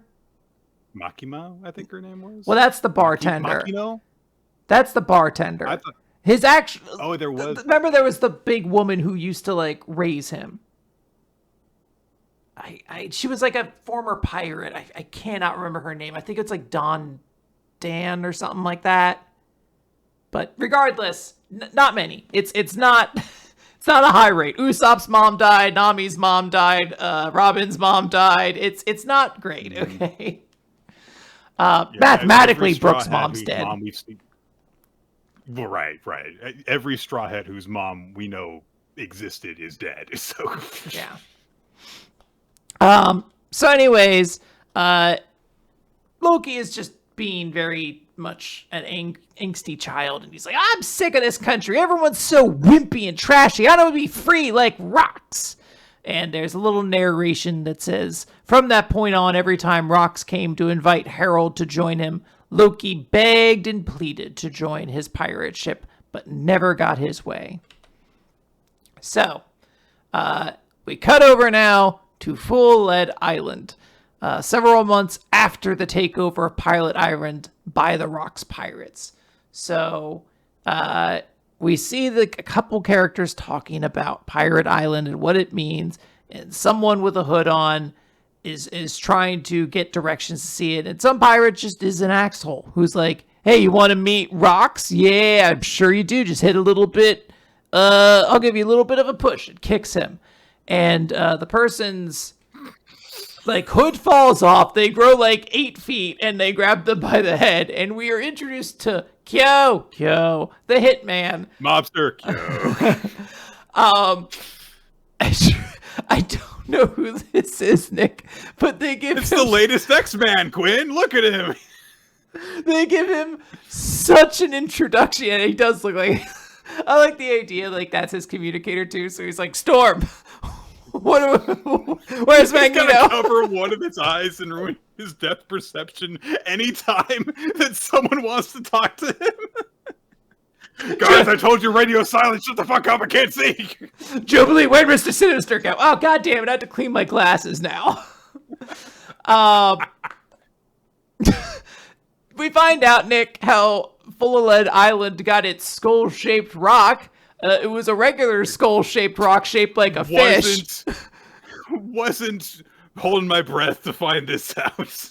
We found out Rocks blew 2 giant eye-shaped holes into it because he wanted to see the view. And he was showing off his whole thing to everybody. He's apparently just had a very important meeting because he starts by being like, so to sum it all up, there are 2 devil fruits out there I really want. One of them is likely found on Elbath, and its power will only truly be unlocked if Harold eats it. And then we just kind of get a montage of different Rocks pirates saying lines. So I will kind of continue this narration and just know important figures, important maybe in question mark, or like in quotations. I don't know how significant all these characters are saying these lines. So they're like, oh, but after that you want to go after Galila, right? That patrol of frozen giants? Oh, well, I'll get my information network on it and we'll do that. Whitebeard's just cynical. He's like, if they exist, they're corpses. They're done. But more importantly, it's, there's a fisherman who's like, plus if, they were somehow able to be brought back, then we'd have no reason to listen to you. And Brox is like, yes, and that's why I need the power of Harold, King of Elbath. When a young Kaido, future King of the Beasts, pipes in and says, well, can't you just suppress them with your sheer strength? Like, same thing for Harold, just like crush them and make them obey you. And Harold never learned. Harold kicks him in the face and says, don't you ever say that to me again. Harold's my pal. I'm ride or die for him. If you say that shit again about conquering him, I'm gonna whoop the shit out of you.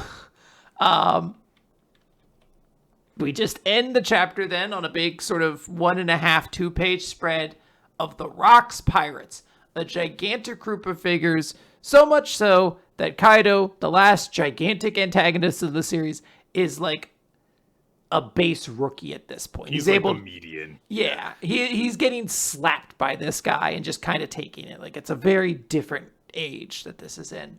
But Rock says, listen up, folks. Elbath is the key to taking down the Holy Land. If you don't trust me on that, get lost. It's up to you whether or not you want to follow me on the fateful day of our mission. But if you got the stones for it, then stick around with me for a bit. I'll show you the peak of the world. Yeah, it's a who's who of all these people here. I mean, we've already met, like Chichigo and Lion and Stussy and Whitebeard. And in this chapter, we get Kaido and Big Mom showing up. So, yeah, the Rocks Pirates were nothing to fuck with. Captain John. Yeah. Yeah. So... he's the guy whose treasure buggy's going after, Nick.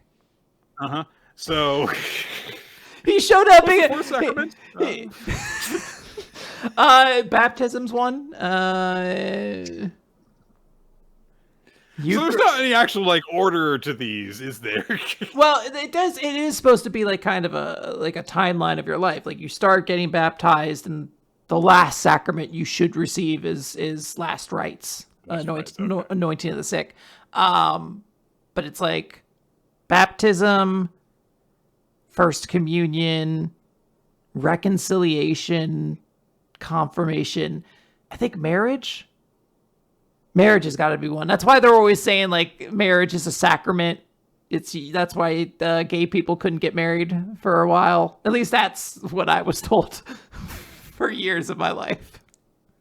Baptism, confirmation, Eucharist, reconciliation, anointing of the sick, holy orders, and matrimony. There we go. All right, I'm not too far off from it.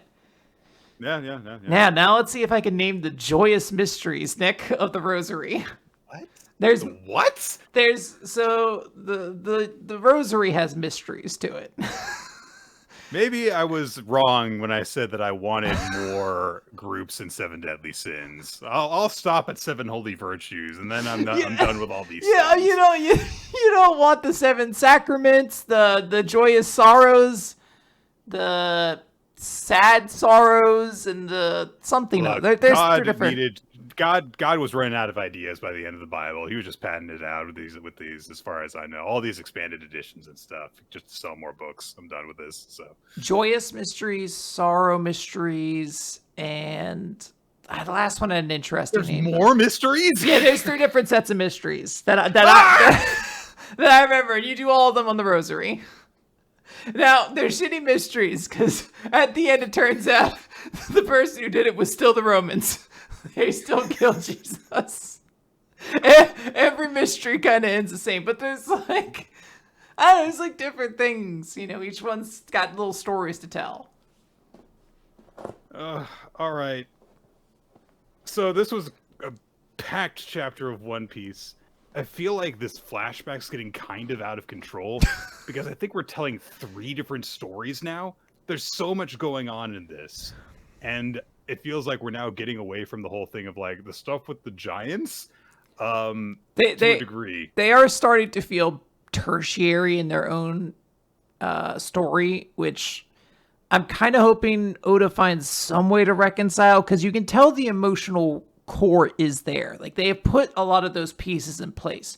Harold ripping out his horns, Harold's turn to being kind of a bad king towards the end or whatever, Loki eating the devil fruit that we know was kept as like a sacred treasure here. Like, all these things we kind of know are going to happen have a very innate like emotional spark to them that I'm worried may not land as well as we'd want, just because we're spending so much time being like, and the Rocks Pirates were there, and Garp showed up, and the Kuja Pirates were... Like, I know we have to do that, because the characters are relevant to the story, and also the world at this point. We need to just know this stuff, but, like, at the same time... I'm of the same opinion that is being indicated by For I Am a Gentleman here, which is there's just nowhere else in the story to put a Rocks flashback, as in, like, there's important ground that needs to be covered, so we're using this big flashback for Elbath as an excuse to tell the broader things of like, we're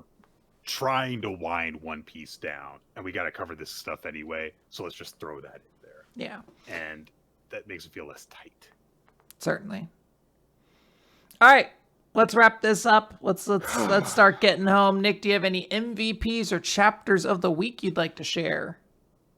I think that my chapter of the week is going to be Ping-Pong Peril. Ooh. I really, really like the it's just so goofball now. This trying to kill each other in ping pong straight up, knock each other out.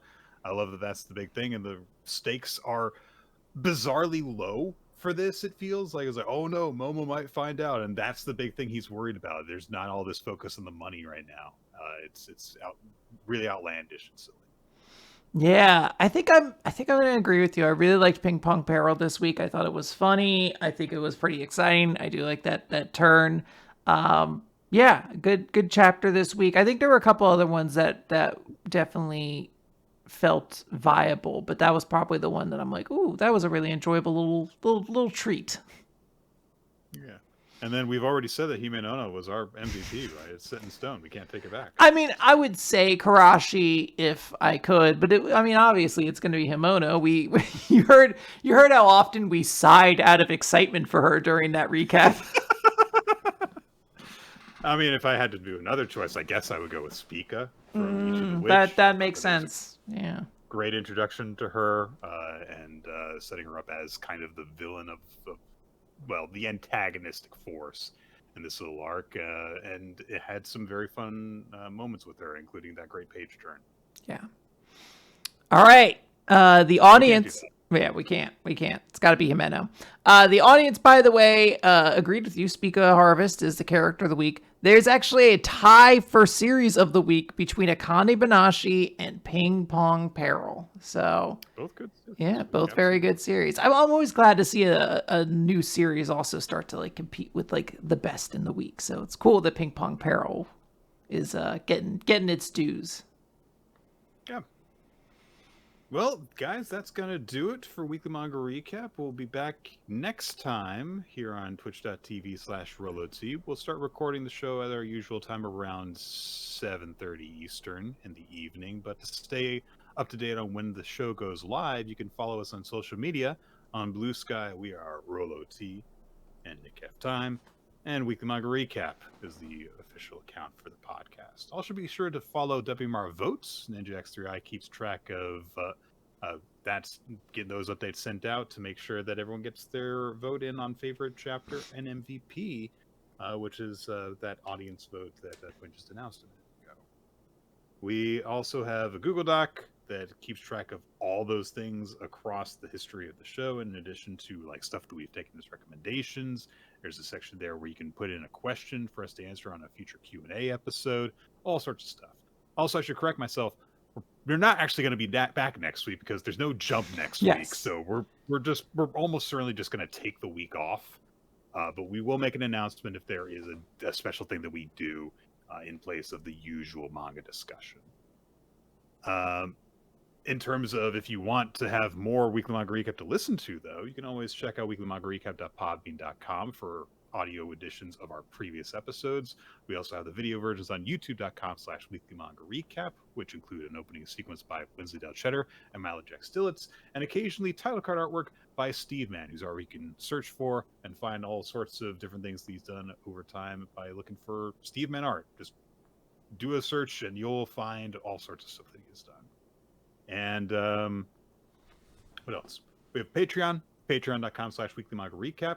Just recently, Quinn uploaded a recording that we did where we did a tier list of recent manga couples from series that we have covered in various forms. Here are our thoughts on the most important couples of recent manga history. All the most important ones. And certainly we don't leave anyone out. It's only bangers. Every single couple that's mentioned, you're like, that's another heavy hitter. Can't wait to see where they rank. There are no obvious omissions at all whatsoever. Your favorite ship is definitely in the episode. I can promise you. Definitely. My fingers are crossed. They can't. Oh, okay. It's not legally binding in court if you do that, I believe. Yeah, it's as cited in Calvin v. Hobbes. So that's no V takes these backsies. No V takes these. We also have we found on Spotify and iTunes and other podcast feed kind of places too if you've got a preferred method of getting your stuff. And we'll be back in a couple of weeks with more weekly manga recap. So I hope you guys have a good week. Yeah, bye everybody.